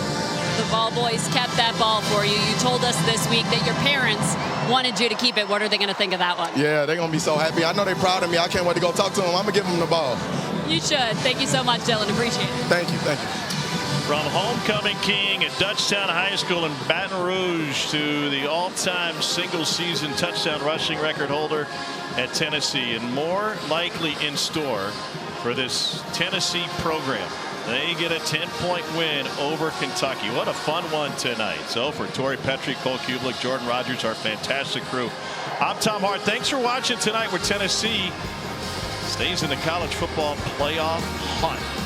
Coming up next, SEC football final with Dari Doring and Benjamin Watson. So long from Rocky Top.